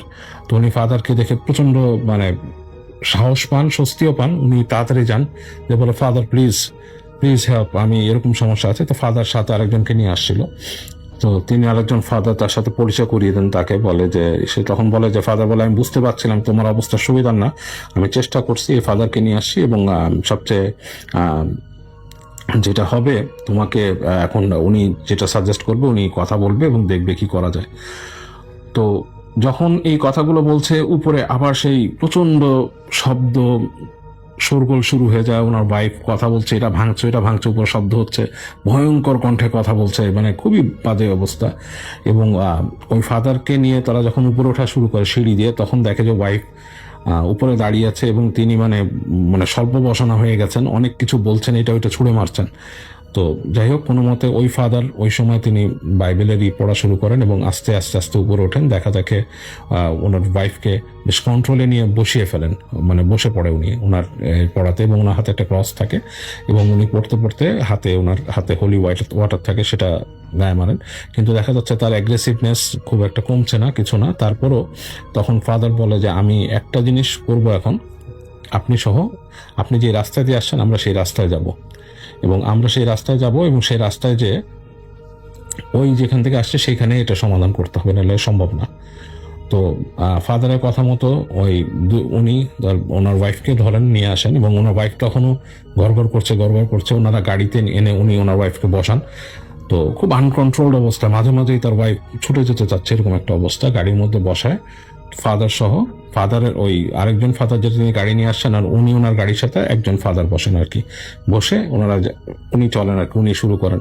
এবং যখন যাওয়া শুরু করেছেন তখন ওনার ওয়াইফ প্রচন্ড রকমের চিৎকার শুরু করে গাড়ির ভিতরে। উনি এক পর্যায়ে ভয় পান যে এইটাতে পুলিশ বা কোনো কিছু চলে আসবে বা এরকম কিছু। তো উনি ফাদার ওনাকে আশ্বস্ত করেন যে আমি সাথে আছি, কোনো সমস্যা নেই, আমার সাথে কাগজপত্র আছে, it's not a big deal, আপনি চলেন। তো এভাবে করে যেতে যেতে কোনো মতে খুঁজে ফাদারই ডিরেকশন দেন যে তিনি কোন রাস্তায় এসেছেন, কারণ তার মাথায় খেয়াল নেই। দেখা উনি আবার সেই রাস্তাটায় ফিরে যান, সেই যে রাস্তা, সেই পুরনো গ্যাস স্টেশন সেখান থেকে। এবং যখন নাকি ওই গ্যাস স্টেশনের রাস্তাটা পার হচ্ছেন তখন মনে হচ্ছে ওনার ওয়াইফ বড় বড় শ্বাস নেওয়া শুরু করেন এবং মনে হচ্ছে খুব তৃপ্তি পেলেন তিনি কোনো কিছু গেছে এবং পাগলের মতো শুরু করে দিয়েছেন, লাইক জোরে জোরে শ্বাস নিচ্ছেন, মাথায় এদিক ওদিক করছেন এবং খুবই। তো ফাদার বলেন যে রিল্যাক্স, আমি আছি, আমি প্রোটেকশন নিয়ে এসেছি, আপনি চলেন। এরকম করতে করতে তারা সেই রাস্তাটায় ঢোকেন যে রাস্তা দিয়ে উনি গাড়ি নষ্ট হয়েছিল এবং আস্তে আস্তে আস্তে করে তারা সেই রাস্তা দিক যান। এবং যখন ওই রাস্তার ঠিক ওই কাছাকাছি জায়গাটায় আসেন তখন তার ওয়াইফ একটা প্রচন্ড রকমের সাউন্ড করেন, মানে এই সাউন্ডে ফাদার পর্যন্ত থরথর করে কাঁপতে থাকেন। মানে একটা মানুষ মনে হলো যে একটা জায়ান্টে পরিণত হয়েছে, এই ধরনের আচরণ শুরু করেন তার ওয়াইফ। এবং তখন ফাদার সাথে সাথে বলেন যে আপনি গাড়ি থেকে নামেন এবং তিনি ওইখানে বসে একটা রিচুয়াল পারফর্ম করতে থাকেন বিভিন্ন জিনিস পড়তে থাকেন, রিচুয়াল পারফর্ম করেন, এবং এই পারফর্মের এক পর্যায়ে উনি বারবার বলেন আর কি, তার ভাষা এতটুকুই বুঝতে পারে টামির আব্বা, যে তুমি যেখান থেকে আসছো সেখানে চলে যাও, আমি তোমাকে সৃষ্টিকর্তার নামে কন্ডেম করছি, তুমি চলে যাও, এরকম বারবার বলতে থাকেন এবং তিনি করতে থাকেন। এক সময় উনি ফিল করেন যে ওনার গাড়িটা প্রচন্ড নড়াচড়া করে, ওনার ওয়াইফ শান্ত হয়ে যান। তখন ফাদার বলে নাও। উনি তাড়াতাড়ি চলে আসেন এবং ওই ওর ইসের টাইমের আম্মার হাতে উনি একটা সুতার মতো পেঁচিয়ে দেন, পেঁচিয়ে দিয়ে উনি ওই হোলি ওয়াটার ছিটান এবং বলে আপনি গাড়ি ঘোড়ায় চলেন। এবং গাড়ি ঘোড়ায় উনি দ্রুত বলে, দ্রুত আপনি যত দ্রুত যাবেন তত চলে আসেন। ওনারা যখন গাড়ি নিয়ে আসছেন, ওনার কাছে তখন মনে হচ্ছিল যে গাড়ির আশপাশ থেকে কিছু একটা পাস করছে। বাতাসের যেরকম আমরা যেমন হুইজলিং শুনি বাতাসের উইন্ডের, হ্যাঁ, সেরকম হুইসপারিং এন্ড হুইজলিং হচ্ছিল। তো এইভাবে করে একসময় উনি মেন রাস্তায় উঠে উনি গাড়ি নিয়ে বাসায় চলে আসেন। তো বাসায় এসে থামেন, ততক্ষণ উনি ওয়াইফ অচেতন। তো ফাদার তখন নামেন, নেমে বলে যে আপনি আপনার ওয়াইফকে বাসায় নিয়ে যান, অ্যান্ড আপনার ওয়াইফ পজেস্ট অবস্থায় ছিল। তো উনি রিকোয়েস্ট করে ফাদারকে, আপনি আসেন, আমরা একটু কথা বলি, আমরা এসে। ফাদার বলে আচ্ছা ঠিক আছে, আপনাকে অ্যাজ পার ইউর রিকোয়েস্ট, আপনি যেহেতু শান্ত হওয়া দরকার, আমরা যাতে যাচ্ছি। তো উনি ওনার ওয়াইফকে নিয়ে বাসায় আসেন। বাসায় এসে উনি ওয়াইফকে নেন বেডরুমে। তখন ফাদার বলে না, এখন আর মনে হয় না যার কোনো সমস্যা হবে। তারপরও তাকে আমি যে সুতাটা পরাই দিছি, এই সুতাটা যাতে তার হাতে পরা থাকে। অ্যান্ড আপনি সবসময়, আমি বুঝতে পারছি আপনি বিশ্বাসী মানুষ, আপনি যা যা করেন ধর্মীয় আচার সেগুলো করবেন। আর আপনার ওয়াইফকে পজেস করেছিল যে রাস্তা দিয়ে আপনারা আসছেন, রাস্তাটা খুবই ভয়ঙ্কর একটা রাস্তা। এই রাস্তার মধ্যে একটা সময় এক লোক তার 7টা মেয়েকে, তার নিজের 7টা মেয়ে ছিল এবং তাদেরকে সে বিভিন্ন সে অসুস্থ মস্তিষ্কের ছিল এবং তার মেয়েদেরকে কোনো কারণে রাগ করে মেরে ফেলে এবং সে ওই রাস্তার মধ্যে বিভিন্ন জায়গায় সে তার মেয়েদেরকে ওখানকে টানিয়ে রাখে ওই জায়গায়। এবং এরপর থেকে জায়গাটা খুবই হন্টেড হয়ে যায়। এবং এই রাস্তাটা আমরা যারা আছি এখানে আমরা জানি, এবং এইখানে যখনই কেউ আসে সবাই প্রবলেমের সম্মুখীন হয় গাড়ি থেমে যায়, নাহলে কোনো একটা সমস্যা হয়, তার প্রবলেম হয়, মানুষ পজেস্ট হয়ে যায়। হ্যাঁ, তো আমি বিশ্বাস করি সেই ভদ্রলোকের যে ফাদারের যে ভাষা ছিল, সে বলে আমি বিশ্বাস করি যেটা একটা ডিমনের কাজ, এবং এই ডিমন ওখানে আছে, এবং এই ডিমনগুলাই আপনার ওয়াইফকে পজেস করেছিল। এবং একাধিক ডিমন ছিল সেখানে, একটা না একাধিক ডিমন ছিল, এবং অনেক সমস্যা তৈরি করছিল। আপনি ঠিক তাদের পাশ দিয়ে আসছেন যেরকম সময়। সো তারা ওখানে চলে গেছে। যখন চলে গেছে, তারা তাদের জায়গা ছাড়া থাকতে পারে না, তারা অন্য জায়গায় যে থাকতে চায়ও না, তারা তাদের অঞ্চলটাই পছন্দ করে। সো তারা অনেক রাগান্বিত ছিল এখানে আসার কারণে, এবং আপনাকে সহ্য করতে পারতেছিল না, আপনি যেহেতু ধর্মীয় করছেন, এবং এইসব কারণেই সে করতেছিল না, এবং আপনার ওয়াইফকে তারা শেষ করে দিত। তো যাই হোক, আপনি রিচুয়াল পারফর্ম করে রেখে আসতে পারছেন, আই হোপ এখন আর সমস্যা হবে না। তো উনি ফাদারের কথা মোটামুটি কনভিন্স থাকেন। খুব ভয়ে ভয়ে উনি রাতটা কাটান ওই সময়টা। প্রায় ফাদার চলে যান, অনেক পরে ফাদার চলে যান, উনি অনেকক্ষণ ভয়ে ভয়ে থাকেন। উনি তারপর ওয়াইফের দিকে তাকিয়ে থাকেন সারা রাত, দেখে যে না, সবকিছু আর কিছু হয়নি। এরপরে কয়েকদিন ওনার ওয়াইফ অনেক অসুস্থ ছিল, এবং খুবই অসুস্থ ছিল। উনি টেক কেয়ার করেন ওনার ওয়াইফকে ভালো মতন। ওনার ওখানে ব্যবসাটা উনি কয়েকদিন দেখে তারপর উনি সিলেক্ট করেন যে না, উনি ওখানে আর থাকবে না। পরবর্তীতে ওখান থেকে আস্তে ধীরে তারা মুভ করে সিয়াটলে চলে যান। এবং যদিও নেব্রাস্কায় তাদের ব্যবসা ছিল, তো এরকমই আর কি একটা তাদের জীবন এভাবে চলে। এবং তাদের পরবর্তীতে তো তাদের সন্তান টন্তান হয়, এবং সেই যে ট্যামির কাহিনী আমি বললাম আর কি, সেই ট্যামি কাহিনীটি রবিউলকে শেয়ার করলো, এবং রবিউল আমার কাছে কাহিনীটি পাঠিয়েছে। অ্যান্ড এই হচ্ছে কাহিনী। তো খুবই ধন্যবাদ রবিউলকে। আমি জানি না আপনাদের কাছে কেমন লেগেছে রবিউলের কাহিনী, এবং also thank Tammy for sharing her story. বছরের 2টি সময় মহড়ার জন্য আমাদেরকে বাইরে যেতে হয়, অর্থাৎ সশস্ত্র বাহিনীর সদস্য যারা রয়েছেন, আর্মি কিংবা বর্ডার গার্ড কিংবা নেভি, এয়ারফোর্স, যারা এই সশস্ত্র বাহিনীগুলোতে রয়েছেন, তারা কিন্তু তাদের ক্যাম্পেই বছরের পুরোটা সময় অবস্থান করে থাকে, এবং 2টি সময়ে তাদেরকে মহড়ার জন্য বাইরে যেতে হয়, শীতকালীন এবং গ্রীষ্মকালীন। ঘটনাটি 2021 সালের ডিসেম্বর মাসের। গত বছর শীতকালীন মহড়ায় গিয়েছিলাম মধুপুর গড়, টাঙ্গাইলে। স্বভাবতই চারদিক অনেক জঙ্গল, ঘন শাল ও গজারের গাছ। এর ভেতরেই তাঁবু করে আমরা 120 জন সদস্যের একটা কোম্পানি ছিলাম।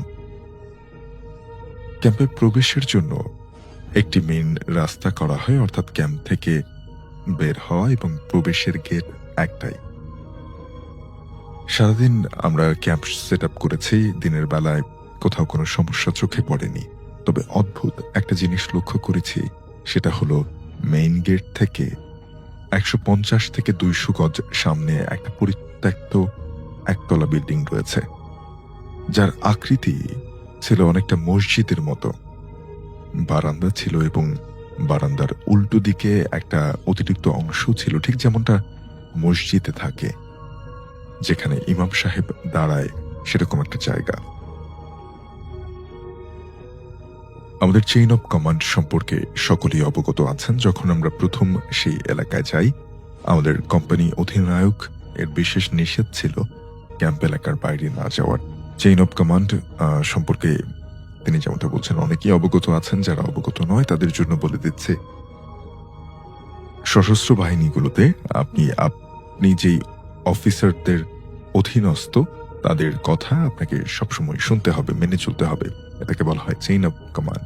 আপনি যদি আপনার উপরস্থ কোনো কর্মকর্তার নির্দেশ মেনে না চলেন, তাহলে যে কোনো সময় যে কোনো অবস্থায় আপনাকে টার্মিনেট করা হতে পারে, অর্থাৎ আপনি চাকরিটা হারাতে পারেন। তো চেইন অফ কমান্ড ছিল এমনটা যে আমাদের কোম্পানি অধিনায়কের নিষেধ ছিল ক্যাম্প এলাকার বাইরে না যাওয়ার জন্য। তাই সারাদিন ওই বিল্ডিংটা চোখে পড়লেও যাওয়া হয়নি। তবে কয়েকজন সিনিয়রকে জিজ্ঞেস করেছিলাম, ওটা কিসের ভবন। সবাই এড়িয়ে গেছেন, যারা এর আগেও এই জায়গাটাতে ক্যাম্পে এসেছিলেন, অথবা জানেন না বলে কাটিয়ে দিয়েছেন। তবে এটা আমি জানতাম যে আমরা এখানে আসার পূর্বেই 5 সদস্যের একটি দল আগে এখানে রেকি করে গেছেন। তারা নিশ্চয়ই খুব ভালো করেই জানেন যে ওই বিল্ডিংটা, অর্থাৎ একতলা যে মসজিদের মতো দেখতে, অর্থাৎ পুরানো একটা বিল্ডিং এর কথা তিনি বলছিলেন, সেই বিল্ডিংটা সম্পর্কে যারা রেকি করে গেছেন, অর্থাৎ এর আগে এই জায়গাটা পরিদর্শন করে গেছেন, দেখে গেছেন, তারা হয়তো সেটা নিশ্চয়ই জানে, কিন্তু বলছিলেন না। যাই হোক, মূল ঘটনায় আসি। প্রথম রাতেই আমার ডিউটি শুরু করানো হয়। 3টি ডিউটি পোস্ট ছিল: মেইন গেট, অস্ত্রাগার এবং বাসস্থান এলাকা। আমার ডিউটি ছিল মেইন গেটে। আমাদের ডিউটির সময় ছিল রাত 10টা থেকে 12টা এবং ভোর 4টা থেকে 6টা। 10টা থেকে 12টা খুব ভালোভাবে ডিউটি করি, তেমন কোনো সমস্যা হয়নি, কারণ তখনও ক্যাম্পের অনেকেই জেগেছিলেন। শুধু মাঝে মাঝে ওই বিল্ডিং এর দিকে একটু তাকাচ্ছিলাম। হালকা একটু ভয় ভয় কাজ করলেও কোনো মতে ডিউটি শেষ করে যাই। 4 ঘন্টা রেস্ট করার পর যখন ভোর 4টায় আবার ডিউটিতে আসি, তখন আমার পূর্বের ডিউটিম্যানকে জিজ্ঞেস করি কোনো সমস্যা হয়েছে কিনা। সে শুধু আমাকে বলল কাছে লাইট রাখতে এবং রাইফেল ঠিক রাখতে, বলে সে চলে গেল। আমি শুরু করলাম ডিউটি। হঠাৎ আমার প্রচন্ড বেগ আসে, অর্থাৎ ওয়াশরুমে যাওয়ার প্রয়োজন পড়ে। আমি মাত্র কিছুক্ষণ আগেই ডিউটিতে এসেছি, বাথরুম করে। এখন আবার চাপের কারণ আমি বুঝে উঠতে পারছিলাম না। আমি ভাবলাম আজ সারাদিন হয়তো পানি বেশি খাওয়া হয়েছে, যে কারণে এরকমটা হচ্ছে। আমি কিছু না ভেবে গেট থেকে 50 গজ সামনে এগিয়ে যাই। একটা ঝোপ দেখে বসে পড়ি সেখানে। ও বসা অবস্থায় মনে হচ্ছিল যে কেউ আমার বাম কানে খুব জোরে একটা ফু দিল। আমি দ্রুত কাজ সেরে উঠে দাঁড়াই এবং পকেট থেকে টর্চ বের করে জ্বালাই। দেখি কিছু একটা অদৃশ্য ছায়া দৌড়ে ওই বিল্ডিং এর ভেতরে চলে গেল। ওই সময় আমার মাথায় মোটেও ভূত প্রেতের কথা আসেনি। আমার মাথায় সর্বপ্রথম এসেছে যে অভ্যন্তরীণ শত্রুর কথা। কারণ অধিনায়কগণ অনেক সময়, অর্থাৎ ক্যাপ্টেনরা অনেক সময় জুনিয়রদেরকে টাস্ক দিয়ে থাকেন যে ঘুমন্ত বা জাগ্রত কারো রাইফেল চুরি করে আনার জন্য। তো এরকম কোনো টাস্ক যদি হয়তো উনি ধারণা করছিলেন যে ওনার সাথে এরকম কোনো টাস্ক নিয়ে কেউ এসেছেন এবং সে হয়তো তাকে ফু দিয়েছেন কানে খুব জোরে একটা। আমিও সেটাই ভাবে আমি রাইফেলটা হ্যান্ড গার্ড পজিশনে করি। এক হাত দিয়ে রাইফেল ধরেছি আর এক হাতে টর্চ। ধীরে ধীরে আমি ওই দিকে এগোতে থাকি। একসময় ওই বিল্ডিংটার কাছে চলে আসি, আর মাত্র 5-7 গজ। হঠাৎ আমি একটা গর্তে পড়ে যাই। গর্তের গভীরতা ছিল 1 কোমর। হাত থেকে টর্চও পড়ে যায় গর্তের ভেতরে। ছোট ছোট লতাপাতা থাকার কারণে আমি ঘুণাক্ষরেও টের পাইনি গর্তের অবস্থান। একটা ভ্যাপসা গন্ধ আসতে থাকে আমার নাকে, খুবই অপরিচিত একটা গন্ধ। টর্চ তুলতে যাব, হঠাৎ করেই মাথায় আসে মাথা নিচু করা যাবে না। দৃষ্টি বদলালেই আমার জন্য অপেক্ষা করছে ভয়ঙ্কর কিছু। রাইফেল থেকে বেয়োনেট খুলি এবং তা হাতে নেই, যদি কিছুর সম্মুখীন হয়ে যাতে অন্তত মোকাবেলা করতে পারি সেটা। হঠাৎ দৃষ্টি চলে যায় আমার পায়ের কাছে। টর্চ জ্বলছে। টর্চের আলোতে আমি দেখতে পাই মানুষের কাটা হাত, সংখ্যা প্রায় 12 থেকে 15টি। কিছু কিছু হাতে মাংস পচে গলে হাড় থেকে আলাদা হয়ে গেছে। এবার আমি বুঝতে পারি যে গন্ধটা কিসের। আমি সেখানেই সেন্সলেস হয়ে যাই। হঠাৎ কানে আসে আজানের শব্দ। জ্ঞান ফিরে আগে আমি রাইফেলের অবস্থান নিশ্চিত করি। দেখি সব ঠিকঠাক আছে, কিন্তু পায়ের কাছে টর্চ আর জ্বলছে না।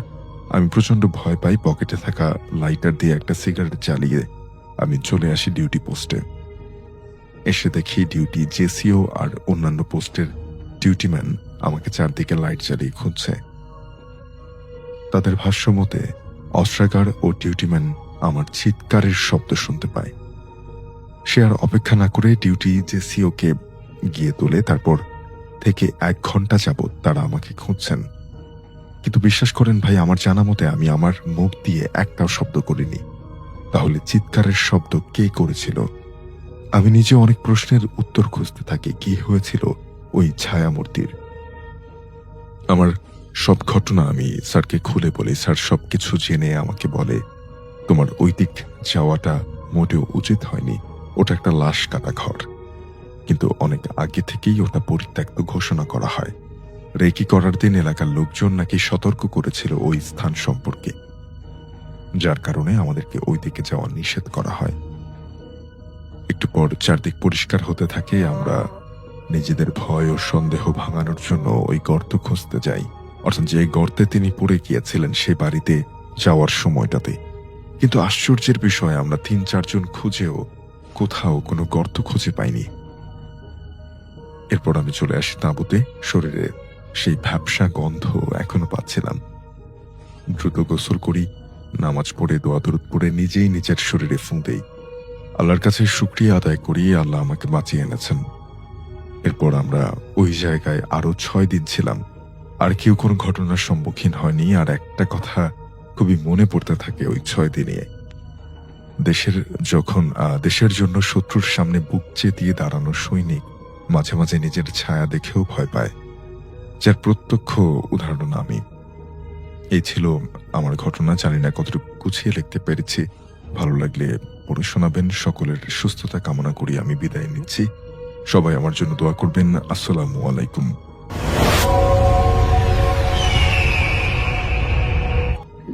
আসসালামু আলাইকুম লিসনার্স, আমি নওশিন। আশা করি আপনারা ভালো আছেন। আমি আজকে আপনাদের সাথে একটা বাসার ঘটনা বলবো।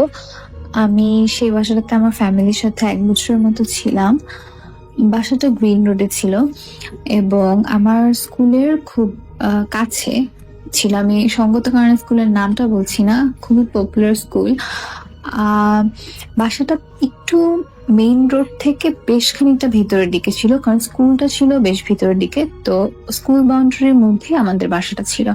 তো দেখা যেত কি, ইউজুয়ালি কি হয় যে স্কুল 7টা থেকে বিকাল 5টা পর্যন্ত 2টা শিফটে ক্লাস চলতো এবং মোটামুটি তারপরে একদমই নিস্তব্ধ ওই এরিয়াটা ছিল। সকালবেলা বেশ ক্যাওস ছিল, একটা হট্টগোল, বাচ্চারা খেলছে, স্টুডেন্টসরা যাওয়া আসা করছে। কিন্তু বিকাল 4টার পরে খুব থমথমে পরিবেশ, ঠান্ডা হয়ে যেত পুরো এরিয়াটা। বাসাটার কথা বলি, আমরা 6 তলায় থাকতাম। খুব কমার্শিয়াল একটা বিল্ডিং, খুবই কমার্শিয়াল একটা বিল্ডিং। স্পেস খুবই ছোট ছিল, খুব বেশি একটা বড় বাসা ছিল না। এই কথাটা যে কারণে বলছি তাহলে একটু বুঝতে সুবিধা হবে। বাসার রুমগুলো ছিল ডাইনিং টেবিল সারাউন্ডিংস, মানে ডাইনিং টেবিলটা ঠিক মাঝখানে ছিল, মানে ডাইনিং রুমটা ঠিক মাঝখানে ছিল, এবং বাসাটা ছিল মানে ডাইনিং রুমটাকে ঘিরে রুমগুলো ছিল, অন্যান্য রুমগুলা। তো দেখা যেত কি এই একটা কারণে আমরা একটা রুম থেকে আরেকটা রুমে কি হচ্ছে মোটামুটি বুঝে যেত। মানে প্রথমে বলে নিয়েছি যে আমাদের বাসাটা খুব ছোট ছিল, তো দেখা যেত যে আমি গেস্ট রুম থেকে আমার রুমে কি হচ্ছে দেখতে পাচ্ছি, বা আমি গেস্ট রুম থেকে ড্রয়িং রুমে কি হচ্ছে দেখতে পাচ্ছি। তো একদিনের কথা বলি, সেটা হচ্ছে একদিন আমি সন্ধ্যার দিকে পড়াশোনা করছি আমার গেস্ট রুমে। তো উল্টো দিকের রুমে আমার আম্মু আমার ছোট বোনকে পড়াচ্ছে। তো তখন ইন্ডিয়ান আইডল একটা প্রোগ্রাম হতো। তো আমি হচ্ছে সন্ধ্যাবেলা ওয়েট করছিলাম যে এই প্রোগ্রামটা কি দেখবো। এখন ছোটবেলায় যেটা হয়, আম্মু আব্বু দেখা যায় যে একটু জানি টিভি থেকে দূরে থাকি, এরকম একটা তারা ব্যবস্থা নেয় যে আমি বেশি পড়াশোনা হ্যাম্পার না হয়। তো আমার মেইনলি আমি পড়ার টেবিলে বসে আছি, বাট আমার মানে মনটা কিন্তু পড়ার মধ্যে নাই। আমি ভাবছি যে আম্মু কি হচ্ছে আমাকে ছাড়াই টিভি দেখতে বসে যাবে, এরকম একটা ভাবছি। তো ওটা ভাবতে আমি মেইনলি আমি পড়ছি পড়ার টেবিলে, বাট আমার খেয়াল আছে হচ্ছে ওই দুইটা রুমে যে মানে আম্মু কি করছে বা ড্রয়িং রুমের কি অবস্থা। তো ড্রয়িং রুমে আমাদের টিভি ছিল। তো আমি হঠাৎ দেখলাম যে আমাদের বাসায় যে মেয়েটা হেল্প করতো আমাদের কাজে, তো ওই মেয়েটা আম্মু যে রুমে আমার ছোট বোনকে পড়াচ্ছে আমি ঠিক ক্লিয়ারলি দেখতে পাচ্ছি, কারণ রুমটা খুব ক্লিয়ার ভাবে দুটো বিষয় দেখা যায় যে আমার মানে আমার নিজের রুমে কি হচ্ছে আর এদিকে আমাদের ড্রয়িং রুমে কি হচ্ছে। তো আমি আমার গেস্ট রুমে বসে পড়তে পড়তে আমি দেখছি যে আমার আম্মু আমার ছোট বোনকে পড়ছে। তো হঠাৎ করে আমি পড়তে পড়তে খেয়াল করলাম যে আমাদের বাসার ওই মেয়েটা ঘর থেকে বের হলো এবং বের হয়ে হচ্ছে ড্রয়িং রুমে উকি দিল। ড্রয়িং রুমে উকি দিয়ে ও হচ্ছে বাথরুমে গেল এবং বাথরুম থেকে আবার হচ্ছে সে ড্রয়িং রুমে চলে আসলো। তো আমি মানে ওটা দেখে আমি ভাবছি যে ও মাও তো মনে হয় ইন্ডিয়ান রুম দেখতেছে। আমি হচ্ছে একটু রাগই হয়ে গেলাম যে বাসার সবাই আমাকে ছাড়াই দেখতেছে প্রোগ্রামটা। তো আমি কিছুটা আমার মানে একটু রাগ হয়ে যে আমি একটু বকা টকা দিব বা আমি একটু রাগারাগি করবো, এরকম একটা ভাব নিয়ে আমি হচ্ছে বের হয়েছি রুম থেকে। কারণ আমি জাস্ট ও ড্রয়িং রুমে ঢুকলো মেয়েটা, আমি ওর পিছিয়ে পিছিয়ে ঢুকছি যে আমি একটু রাগ হবো আম্মুর সাথে যে আমাকে ছাড়াই দেখতেছে। আমার কিন্তু খেয়াল নেই, আমি কিন্তু গেস্ট রুমের দিকে মানে সরি আমার রুমের দিকে খেয়াল করছি না যে আম্মুকে আছে নাকি, আমি এদিকে খেয়ালই করিনি। আমি ও যেহেতু ড্রয়িং রুমে গেল আমি ওর পিছনে পিছনে ড্রয়িং রুমে গেলাম, যে দেখলাম ড্রয়িং রুম পুরো ফাঁকা এবং কেউ নেই ড্রয়িং রুমে। তো আমি খুবই অবাক হই তো আমি খুবই অবাক হয়ে আমি আবার রুমে আসি। রুমে এসে দেখি যে আম্মু ঠিক নর্মাল ভাবে আমার ছোট বোনকে পড়াচ্ছে এবং আমাদের বাসার ওই মেয়েটা আম্মুর পাশে বসে বসে ম্যাগাজিন পড়ছে। তো আমি মানে এত বেশি স্টান্ট হয়ে যায়, আমি আমার আম্মুকে বলি যে ও মাত্র এদিকে গেল না। তো আম্মু বলছে না কই, ও তো 2-3 ঘন্টা ধরে আমার সাথে এখানে বসে আসছে। তো আমি কিছু না বলে আমি হচ্ছে চলে আসছি আমার রুমে। এসে আমি একটু অবাক হইলাম, কারণ আমি খুব ক্লিয়ারলি দেখেছি যে ও গেলাম, ওর পিছনে পিছনে আমি গেছি। তো এই ঘটনার পর আমি তারপর ভাবলাম যে মনে হয় আমার হ্যালুসিনেশন, এরকম ভুল দেখছি এরকম একটা ব্যাপার। তো এরকম গেল। তো আরেকদিনের ঘটনা, আমার আম্মু নাকি এটা আমার আম্মুর সাথে হয়েছে। আম্মু নাকি দেখতেছে যে আমি হচ্ছে ওই সেম ভাবে আম্মু ওই রুমে আমার ছোট বোনকে পড়াচ্ছে, আমি অপোজিটের রুমে হচ্ছে বসে বসে আমি পড়তেছি। তো আম্মু দেখতেছে যে আমি হচ্ছে ওই রুম থেকে বের হয়ে রান্নাঘরের দিকে যাচ্ছি। তো আম্মুর মাথায় আছে যে রান্নাঘরে পানি কি ফুটতে দেওয়া হয়েছে, তো ওই গরম পানি যদি আমার গায়ে পড়ে, তো আম্মু এই ভয়ে যে আমি হয়তো খেয়াল করবো না অন্ধকারে কিছু নিতে, যে পানিটা আমার গায়ে পড়বে। তা আমি রুম থেকে বের হয়েছি দেখে আম্মু আমার পিছন পিছন দৌড় দিছে যে আমি গরম পানি আবার আমার গায়ে না পড়ে। তো আম্মু নাকি যে দেখে যে রান্নাঘর একদমই অন্ধকার, কেউ নাই, পানি মানে চুলায় পানি ফুটতেছে। আম্মু অবাক হয়ে আম্মু আবার হচ্ছে ব্যাক করে দেখে আমি গেস্ট রুমে আমি নর্মালি যেভাবে পড়ছিলাম ওইভাবেই পড়ছি। তো আম্মু খুবই আমাকে মানে অবাক হয়ে আমাকে জিজ্ঞাসা করে যে তুমি কেন গেছো ওইদিকে, আমি তোমাকে মানা করছি রান্নাঘরে পানি ফুটতেছে এরকম। তো আমি খুবই অবাক হয়ে যাই, বিকজ আমি 2-3 ঘন্টা ধরে ওভাবেই পড়াশোনা করছি আর কি সেটা গেস্ট রুমে। তো এই ঘটনা, তারপরে আম্মু হয়তো ভাবে যে আম্মু মনে হয় ভুল দেখছে এরকম ভেবে চলে যায়। আরেকদিনের ঘটনা বলি, আমি খুব শীতকাল, আচ্ছা একটা কথা বলে রাখি, সেটা হচ্ছে আমাদের বাসার ওয়েদারটা খুবই ঠান্ডা ছিল, মানে এক্সেপশনালি ঠান্ডা যেটাকে বলা হয়। মানে আমি হচ্ছে আমাদের বাড়িওয়ালা ওনারা উপরতলায় থাকতো আর আমার নিচতলায় আমার ফ্রেন্ডরা থাকতো। তো আমি অনেক সময় উপরতলায় বাড়িওয়ালার ওখানেও গেছি, আবার নিচতলায় আমার ফ্রেন্ডের বাসায়ও গেছি। দুটা বাসাতেই গরম, কিন্তু আমাদের বাসাটা কেন জানি খুব ঠান্ডা থাকতো। তো এটা নিয়ে কখনোই আমি ভাবি নাই। তো একদিন মানে শীতকালের ঘটনা বলি, ওই বাসাটাতে যতদিন ছিলাম আমার আব্বুর অফিস থেকে আসতে একটু দেরি হতো রাতের বেলা। তো বাবা আস্তে আস্তে 11টার মতো বাজতো, 11টা-12টার মতো বাজতো। তো আম্মু একদিন টিভি দেখছে, আমার ছোট বোন ঘুমিয়ে গেছে, তো আমি একা একা ঘুমাতাম। তা আমার রুমে আমি ঘুমাইছি, মানে ঘুমাবো আর কি, আমি গেম খেলছিলাম ল্যাপটপের নিচে বসে, সরি ব্ল্যাঙ্কেটের নিচে শুয়ে আমি ফোনে গেম খেলছিলাম। তো হঠাৎ আম্মু আমাকে বলে যে তুমি ঘুমায় পড়ো এরকম। তো আমি জাস্ট ফোনটা রেখে মানে ঘুমানোর চেষ্টা করছি। তো আমি বলি ফার্স্টে, আমার বেডটা ছিল একদম ওয়ালের সাথে ঘেঁষা, তো ওয়ালের সাথে লাগানো বেড ছিল। আর আমার নিচে ফ্লোরিং করে আমাদের বাসার ওই মেয়েটা ঘুমাতো। তো আমি হচ্ছে এরকম ঘুমানোর চেষ্টা করছি, এমন না যে আমার ঘুম আসছে, আমি মাত্রই গেম খেলছিলাম। তো আমি এরকম শুয়ে আছি, তো হঠাৎ করে ধরেন এমন একটা ফিলিংস যে আমি মানে আপনার পাশে যদি কেউ শুয়ে থাকে এবং সে যদি ইচ্ছা করে দুষ্টামি করে বা ভুলে মানে পাটা উপর থেকে নিচে রাখতে, যে আপনার পায়ের সাথে যদি এরকম মানে আপনার পায়ের উপর যদি রাখে, যে ফিলিংসটা হবে লাইক একটা ঠান্ডা মানে প্রচন্ড ঠান্ডা এবং মানে একটা ভারী একটা পা, এবং সেটা একটা বড় মানুষের পা, এমন না যে ছোট, মানে বেশ ভারী একটা পা ঠিক আমার বাম পায়ে লাগলো, এবং বাম পাটা ছিল কিন্তু দেয়ালের দিকে। আমি ওই ফিলিংসটা বুঝাতে পারবো না, যে একটা ঠান্ডা পা, ঠিক মনে হচ্ছে যে কেউ জানি আমার পাশে থেকে আমার পায়ের উপরে মানে পাশে শুয়ে আছে এবং সে তার পাটা আমার পায়ের উপরে রাখলো। আমি প্রচন্ড ভয় আমি উঠে যাই, এবং উঠে আমি দেখি যে আমাদের বাসার ওই মেয়েটা কি ভুলে ওর পা উপরে লাগছে নাকি এটা দেখার জন্য আমি তাকাই, এবং দেখি ও অনেক দূরে, মানে ওর পক্ষে মশারি টানানো ছিল, ওর পক্ষে কোনোভাবেই সম্ভব না যে ও মশারি খুলে আমার ব্ল্যাঙ্কেটের ভিতর দিয়ে আমার পায়ের উপর পা রাখবে, বা দুষ্টামি করেই হোক বা আমাকে ভয় দেখানোর জন্য হোক, এটা ইম্পসিবল। কারণ ও ঘুমিয়ে আছে এবং ও অনেক দূরে আমার বিছানা থেকে, এবং সে যদি দুষ্টামি করে এরকম করে আমি বুঝতে পারবো, কারণ তো নড়বে, মানে আমি যখনই পায়ের মধ্যে ওই ধাক্কাটা অনুভব করছি তখনই আমি ঠাস করে উঠে বসছি, এবং উঠে বসে আমি খেয়াল করতেছিলাম যে মানে খেয়াল করছি যে কি হলো। তো আমি প্রচন্ড ভয় পাই, এবং আমি বেশ ভয়ে উঠে হচ্ছে আমার আম্মুর কাছে চলে যাই, আম্মুর কাছে ঘুমাই ওই দিন রাতে।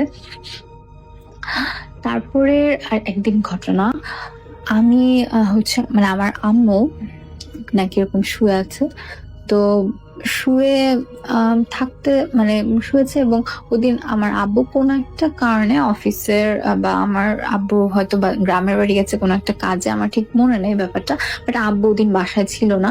তো আমার ছোট ফুপু আসে আমাদের সাথে থাকার জন্য, যেহেতু আমরা দুই বোন থাকতাম, আম্মু থাকতো, নতুন বাসা, তো আমার ফুপু এসে আমাদের সাথে ছিল। তো আমার আম্মু রাতের বেলা ফুপুর সাথে গল্প টল্প করে এসে শুয়েছে। তো হঠাৎ অনেক রাতের দিকে 1:30-2টার দিকে সে আম্মুর কি শুয়ে আর কি মানে এই গল্পের বইটি পড়ে মাত্রই লাইটটা অফ করে শুয়েছে। তো আম্মু খুব ক্লিয়ারলি বুঝতে পারে যে ডাইনিং টেবিলে কিছুর আওয়াজ, মানে পানি গ্লাসে পানি ঢালছে বা এরকম টুকটাক আওয়াজ, মানে আর আমি তো বলছি যে আমাদের বাসাটা খুব ছোট ছিল, ডাইনিং এ যদি কোনো মানুষ হাঁটে খুব ক্লিয়ারলি ব্যাপারটা বোঝা যায়, এবং ডাইনিং এ কেউ খাচ্ছে, এবং সেটা আমাদের বাসার ডাইনিং নাকি বা অন্য বাসার ডাইনিং, এটা তো খুব ক্লিয়ারলি বোঝা যায় যে মানে সাউন্ডটা আমাদের বাসা থেকে আসছে, অন্য বাসা মানে ভয়েড দিয়ে অন্য কোনো বাসার সাউন্ড না।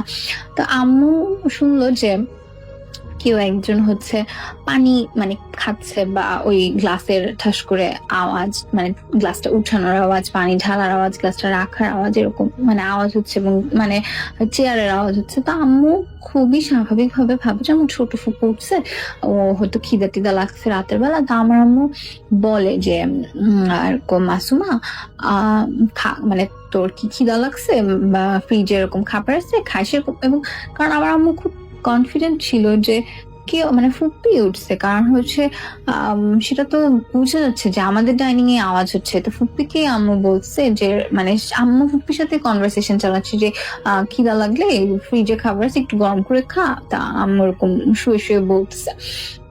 তো পরের দিন সকালে আম্মু কথায় কথায় আর কি ফুপিকে বলে যে কি ব্যাপার, তুই কি এরকম খাওয়া দাওয়া মানে কিছু লাগতো, দরকার ছিল এরকম রাতের বেলা, এরপর থেকে আমাকে বলিস এরকম আর কি বলছে। তো আমার ফুপি খুবই অবাক হয়ে যায় যে ভাবি আমি তো উঠি নাই, আমি তো তখন তোমার সাথে কথা বলে ঘুমাই গেছি, আর আমিও উঠি নাই কারণ আমি ফুপির সাথে, আমি আর আমার ছোট বোন আমার ফুপির সাথেই ছিলাম। তো আম্মু খুবই অবাক হয়ে গেছে এটা শুনে। তো এরকম আমাদের বাসায় এই বাসাটাতে সবসময় খুব আনইউজুয়াল ঘটনা ঘটতো। আর একদিন কি হয়েছে, আর রাতের বেলা এই ব্যাপারটা আমার খুব মনে আছে, কারণ আমরা ভাত খাচ্ছিলাম, মানে ডিনার করলাম, ডিনার করে আমি আর কি বসে আছি, আমি একটু স্লো মানে খেতে একটু আমার মানে একটু টাইম লাগছে। তো আমি বসে আছি, তো আম্মু উঠে গেছে, আব্বু উঠে গেছে এরকম। তো কি হলো, কেউই নাই। তো আম্মু হচ্ছে, আমি তখন ছোটবেলায় আমি করতাম কি, আমি এক সাইডে বসে আর এক সাইডে চেয়ার হচ্ছে পা দিয়ে ধাক্কা দিতাম, মানে দুষ্টামি করে। তো আম্মুর তো খুবই বিরক্ত হইতো।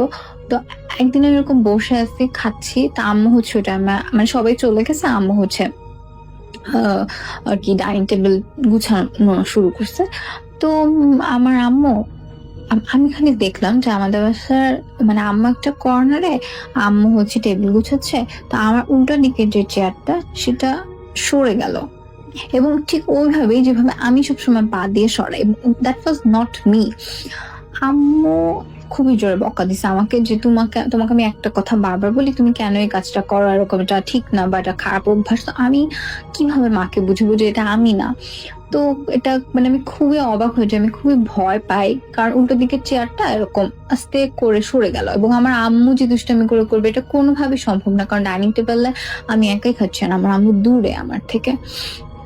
তো এই বাসাটাতে অনেক উইয়ার্ড জিনিস হতো এরকম ছোটখাটো, যেরকম আমরা যখন কেউ রুমের মধ্যে একা থাকতাম, আমি আমার আব্বু যদি অফিস থেকে আসতে দেরি করতো বা আম্মু যদি টিভি দেখতো, মানে আম্মু নাকি বলতো আম্মু সবসময় টের পায় যে আম্মুর পিছনে কেউ একজন আছে, বা আম্মু মানে আম্মু ধরেন বিছানাতে শুয়ে আছে, আম্মু টের পাচ্ছে যে কেউ একজন দরজাতে এসে তাকিয়ে আছে, এরকম একটা অবস্থা। এটা কিন্তু খুব মানে কি বলবো, এটা খুবই রিয়েল একটা ফিলিংস। আমি যখন আমার মাঝে মাঝে বাসাতে একা থাকা হতো, কারণ আমার আম্মু হচ্ছে আমার ছোট বোনকে নিয়ে স্কুলে যাওয়া আসা করতো, তো আমি হচ্ছে বাসায় একা থাকতাম।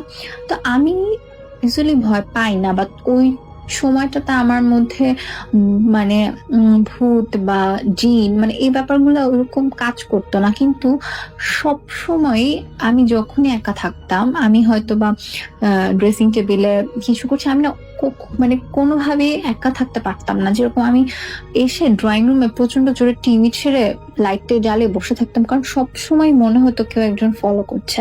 সবসময় হাঁটতাম যখন মনে হতো পিছনে কেউ হাঁটছে। ইভেন আমি যখন অন্য রুম থেকে ভয় পেয়ে দৌড়ে আসতাম, ঠিক মনে হতো আমার পিছনে পিছনে ঠিক কেউ দৌড়ে আসছে। মানে খুবই অদ্ভুত একটা মানে ফিলিংস ছিল সেটা, এবং আমি বুঝাতে পারবো না।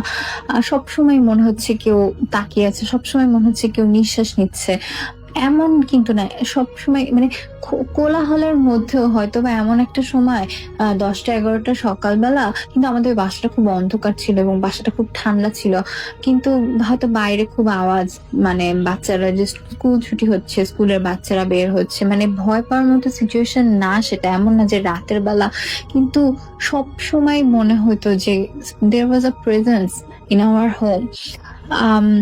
খুবই অদ্ভুত সেই ফিলিংসটা, মানে এটা আসলে বোঝানো যাবে না।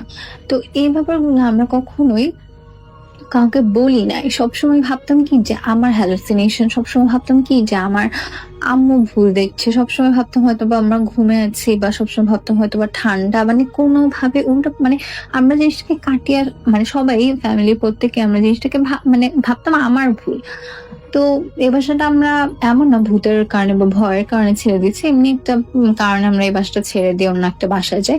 তো একদিন আমরা সবাই মিলে বসে তখন আমরা শেয়ার করি, এবং আমরা দেখি যে সবাই আমরা এরকম ব্যাপারগুলো ফিল করছি। আম্মু বলছে, আমি বলছি, আব্বু বলছে, এবং ব্যাপারগুলো একই টাইপের। আমরা এই বাসাটা আমরা সবাই না মানে একজনকে দুইবার দুইটা জায়গায় দেখতাম। ধরেন আমি দেখছি আম্মু ওখানে, দেখলাম আম্মু আরেকটা রুমে, বা আম্মু হয়তো দেখছে আমি ডাইনিং এ আসি, আম্মু হয়তো আমার সাথে কথা বলার জন্য আসলো, দেখলো যে আমি তো নাই, আমি ড্রয়িং রুমে টিভি দেখছি। এটা খুবই উইয়ার্ড একটা ব্যাপার, এবং এটা মাঝে মাঝে হইতো, মানে কতবার হ্যালুসিনেশন হতে পারে। আর আমরা তো তখন মানে এমন না যে অসুস্থ বা এরকম কিছু, তো এরকম যায়। তো এই ব্যাপারটা যখন আমি শুনি যে আমাদের বাসায় সবারই এরকম মানে হয়েছে, সবার সাথে এরকম ঘটনা, তো আমি খুব আউট অফ কিউরিয়াসিটি, আর আমি বললাম বাইরের মেয়েটা আমার সাথে পড়াশোনা করতো, আমার যে 2-1 ব্যাচ জুনিয়র ছিল, তো আমি ওর কাছে যাই, যে এমনি যাই যে আচ্ছা আমাদের এই বাসায় এখন কারা থাকে এরকম। তো মেয়েটার কাছে যেটা শুনি সেটা হচ্ছে কেউই না এই বাসায় বেশি দিন থাকে না, আর এই বাসাটাতে মানে যারাই থাকে তারাই একটা প্রেজেন্স ফিল করতো সব সময়। আর হচ্ছে ব্যাপারটা কি, মানে কিন্তু সবসময় মনে হতো, ধরেন আমরা বারান্দায় বসে আছি, মনে হতো কি যে একটা সরু বারান্দা, আমি এক বারান্দার একটা সাইডে হয়তো বা আমি দোলনা খেলছি, অপোজিট সাইডে ঠিক এমন না যে অন্য বাসা, এমন না যে উপরতলা নিচতলা, ঠিক নিজের বারান্দায় আরেকটা সাইড থেকে কেউ যদি কান্না করে, বা কেউ যদি একটা বসে সাউন্ড করে, একটু মানে একটা গোঙানির আওয়াজ, একটা আর্তনাদ, এটা কিন্তু বোঝা যায় যে সেটা আমার, মানে আমি যে জায়গাটাতে বসে আছি খুব কাছেই সেটা, এমন না অন্য বাসা, এমন না, মানে অন্য বাসা হলে তো বোঝা যায়, অন্য ছাদ হলে তো বোঝা যায়, বা অন্য নিচতলা উপরতলা হলে তো বোঝা যায়। এটা খুব ক্লোজ একটা মানে ব্যাপার ছিল, এবং এটা আমরা খুব ক্লিয়ারলি বুঝতে পারতাম যে কারো নিঃশ্বাস, কারো প্রেজেন্স, কারো হাঁটা, বা কেউ ফলো করছে, বা কেউ তাকাচ্ছে, বা কারো ব্রিথিং, আমরা খুব ক্লিয়ারলি ব্যাপারগুলো বুঝতাম। আর এছাড়া একজনকে 2বার করে দেখা, তারপরে হচ্ছে এরকম টুকটাক একটা টাচ হঠাৎ করে শরীরে, বা একটা মানে হঠাৎ করে জামা একটা টান, বা এই যে ডাইনিং টেবিলে টুকটাক আওয়াজ, মানে এগুলো তো কন্টিনিউয়াস হতো। এবং আসলে ব্যাপারগুলো এমন না যে অনেক বড়, বা এমন না যে অনেক ভয়ঙ্কর, কিন্তু ব্যাপারগুলো খুবই আনইউজুয়াল, এবং যার সাথে ব্যাপারগুলো আসলে হয় সে বুঝতে পারে যে মানে কতখানি ভয়ঙ্কর বা কতখানি অদ্ভুত, এবং স্বাভাবিকতার সাথে যে মিল নেই, এবং এটার যে কোনো এক্সপ্লেনেশন নেই, এটা কিন্তু বোঝা যায় এসব ব্যাপার থেকে। তো আজকে এখানেই আমার এই বাসার ঘটনাটা। আমাদের সাথে আরো মানে অনেক কিছু ঘটেছে, মানে বিশেষ করে আমার সাথে মানে আরো অনেক রকমের অদ্ভুত ঘটনা ঘটে। আমার ফ্যামিলিতেও বেশ কিছু ঘটনা আছে। যদি আপনাদের আমার ঘটনাটা ভালো লাগে, আমি অবশ্যই পরবর্তীতে আমার অন্য ঘটনাগুলো আপনাদেরকে শোনাবো সময় করে কোনোদিন। আপনারা সবাই ভালো থাকবেন। আসসালামু আলাইকুম।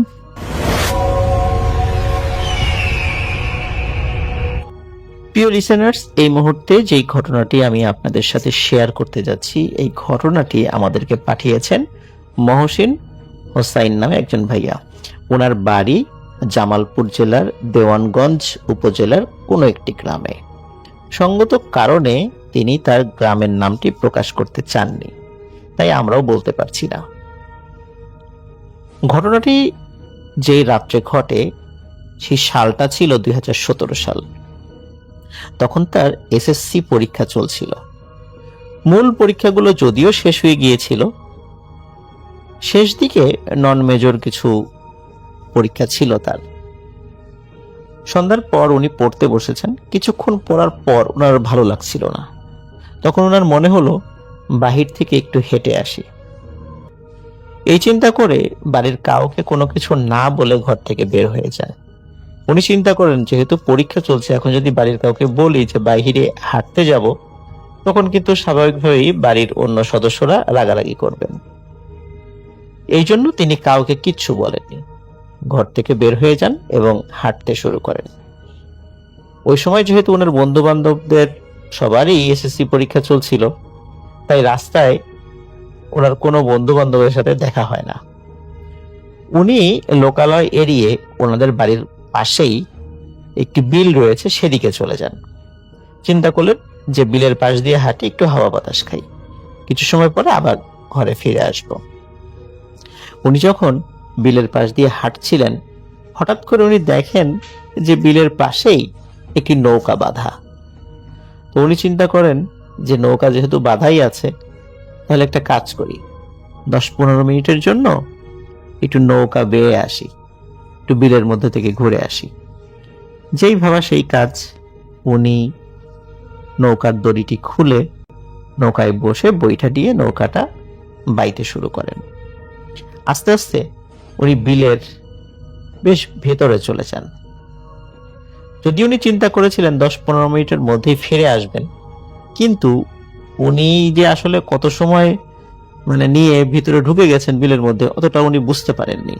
মনের আনন্দে উনি আস্তে আস্তে বাইছেন, এভাবে উনি বিলের বেশ ভেতরে চলে গিয়েছেন। হঠাৎ যেই ঘটনাটি ঘটে, নৌকা বাইতে বাইতে ওনার হাত থেকে বৈঠাটি পানির মধ্যে পড়ে যায়। পানির মধ্যে পড়ে যাওয়ার পর উনি নৌকায় বসেই ওই বৈঠাটির নাগল পাওয়ার চেষ্টা করেন, কিন্তু উনি তো বৈঠার নাগল পানি না।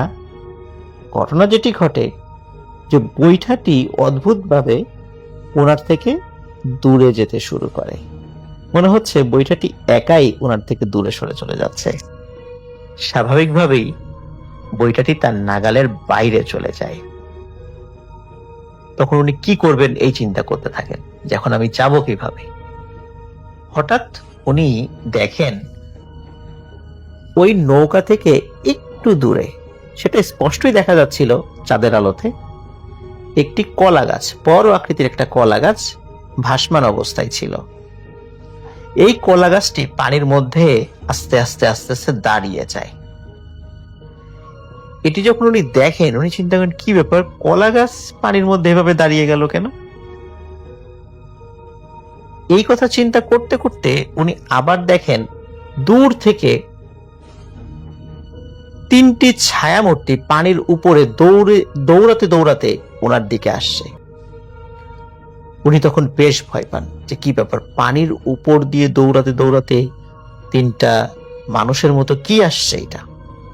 উনি দেখেন যে ওই 3টা মানুষের মতো কিছু একটা ওই নৌকার চারদিকে তারা দাঁড়িয়ে যান।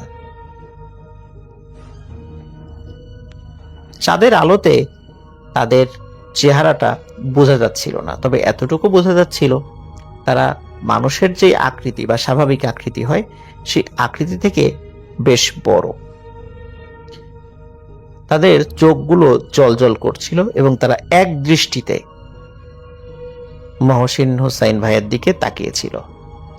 কিছু সময়ের মধ্যে এই 3টি কালো ছায়া নৌকার উপর উঠে বসে এবং উঠে বসার সাথে সাথে তারা কাকে রূপান্তরিত হয়ে যায় এবং কাকে রূপান্তরিত হয়ে এই কাক 3টি নৌকাটি দোলাতে শুরু করে এবং নৌকার মধ্যে আস্তে আস্তে পানি ঢুকতে শুরু করে। ছোট 3টি কাক এত শক্তি কিভাবে পাচ্ছিল যে তারা নৌকা দুলিয়ে সেই নৌকার মধ্যে পানি ঢুকিয়ে দিচ্ছিল। নৌকাটি যখন আস্তে আস্তে ডুবে যাচ্ছিল, তখন মহসিন হুসাইন ভাইয়া উনি বুঝতে পারছিলেন যে এই নৌকায় আর থাকাটা ঠিক হবে না, কিন্তু উনি তো বেশ ভেতরে চলে এসেছেন তার বাড়ি থেকে, বিলের মধ্যখানে। তিনি ভালো সাঁতার জানতেন। তিনি লাফ দিয়ে পানিতে পড়ে যান এবং পানিতে পড়েই তিনি সাঁতার কাটতে শুরু করেন। তিনি যখন দ্রুত সাঁতার কাটছিলেন, তিনি ফিল করছিলেন পানির নিচ থেকে কিছু একটা তার পা টেনে ধরছে। তার শরীরটি অনেক ভারী হয়ে আসে। ওই অবস্থাতেই তিনি আয়াতুল কুরসি পড়তে শুরু করেন। যখনই আয়াতুল কুরসি পড়তে থাকেন, তখনই ওনার পা ছেড়ে দেয়। যখন আয়াতুল কুরসি আবার শেষ হয়ে যায়, মানে পড়া শেষ হয়ে যায়, তার কিছুক্ষণ পরে আবার ওনার পা টেনে ধরে। তিনি যখন বুঝতে পারছিলেন যে আয়াতুল কুরসি পড়া ছাড়া আর কোনো উপায় নেই, তিনি ক্রমাগত আয়াতুল কুরসি পড়তেই থাকেন এবং সাঁতার কাটতে থাকেন। তিনি কিভাবে যে তীরে এসে পৌঁছেছিলেন তিনি নিজেও জানেন না। তীরে এসে পৌঁছানোর পর তিনি উঠে ওনার বাড়ির দিকে দৌড়াতে থাকেন।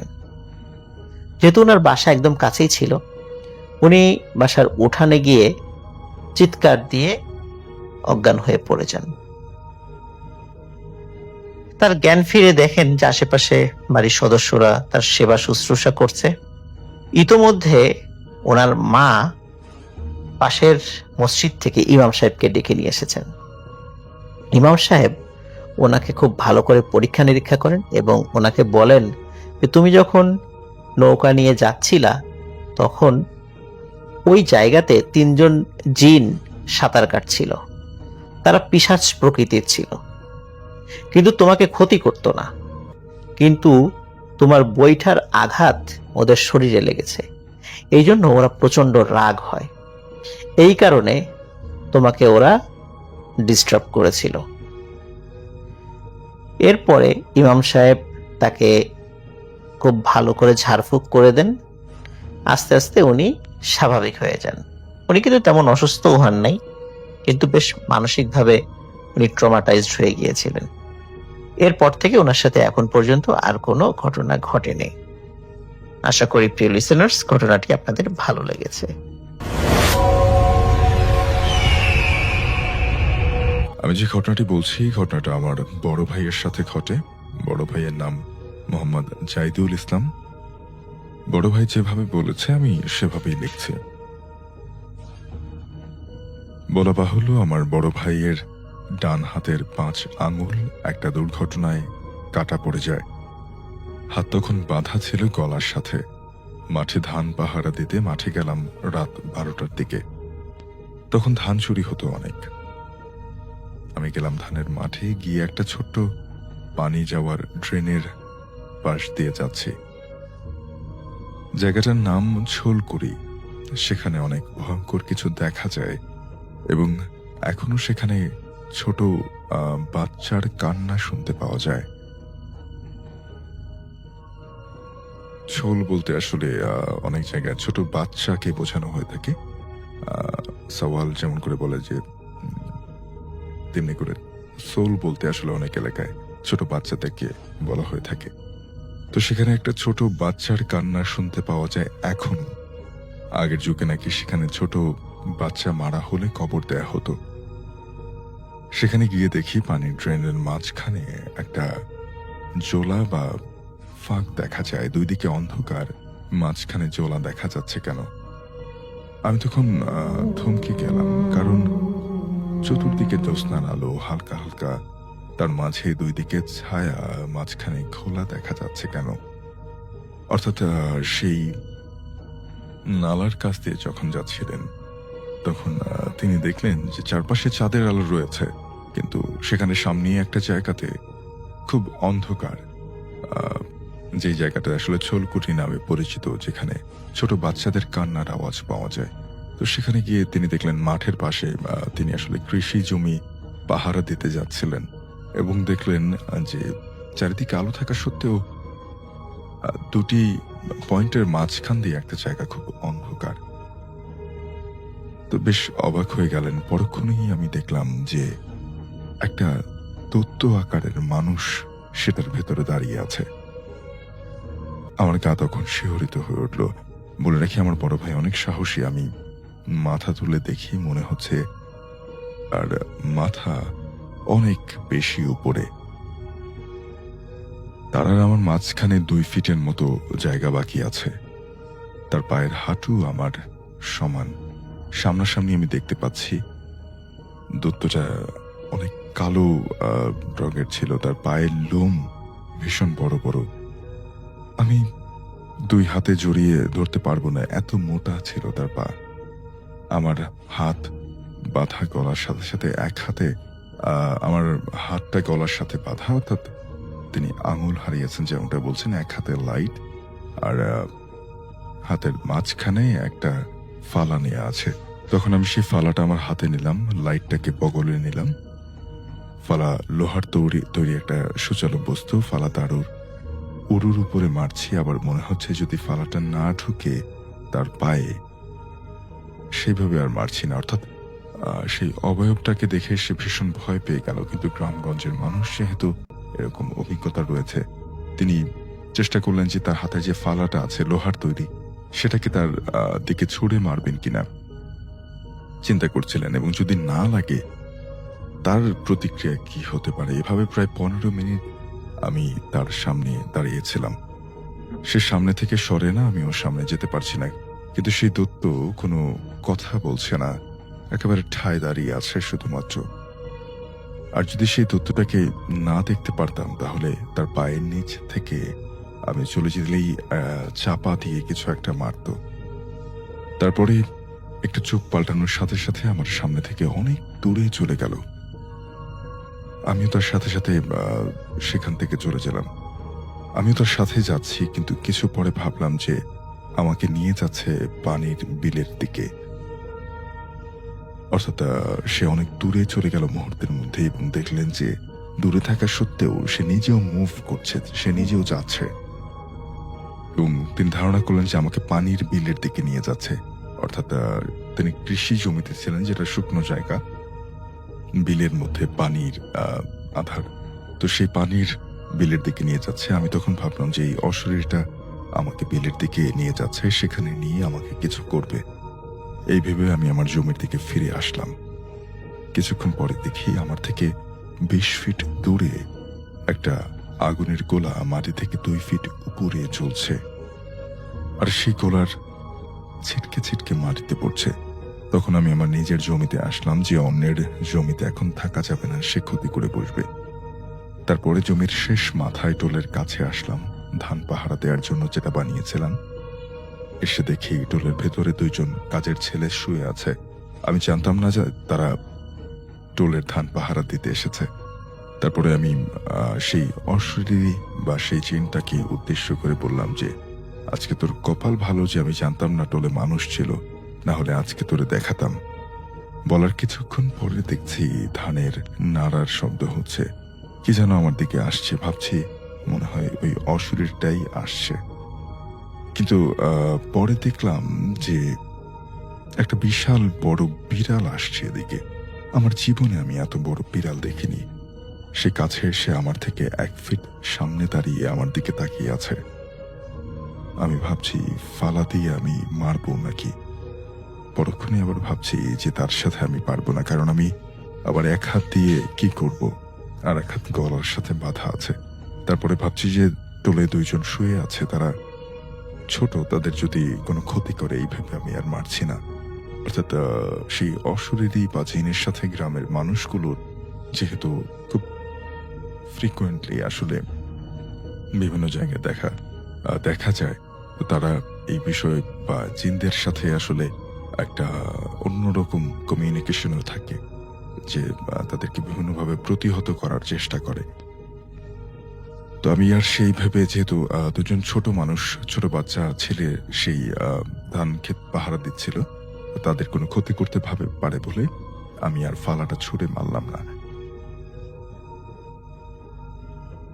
অনেকক্ষণ ধরে আমার সামনে চোখ বড় করে দাঁড়িয়ে আছে বিড়ালটি। মনে হলো আমি যে বলছিলাম আজকে তোর খবর আছে, তার জন্য আমার সামনে এসেছে, আমাকে ক্ষতি না করে যেতে চাইবে না। পরে আমি ভাবলাম যে না, তার সাথে আমি আসলে পেরে উঠবো না।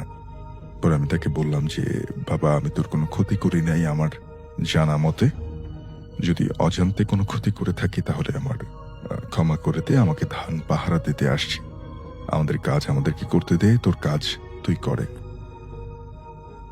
তোর মনে তুই থাক, আমরা থাকি, এই বলে কিছুক্ষণ আমার সামনে থাকলো।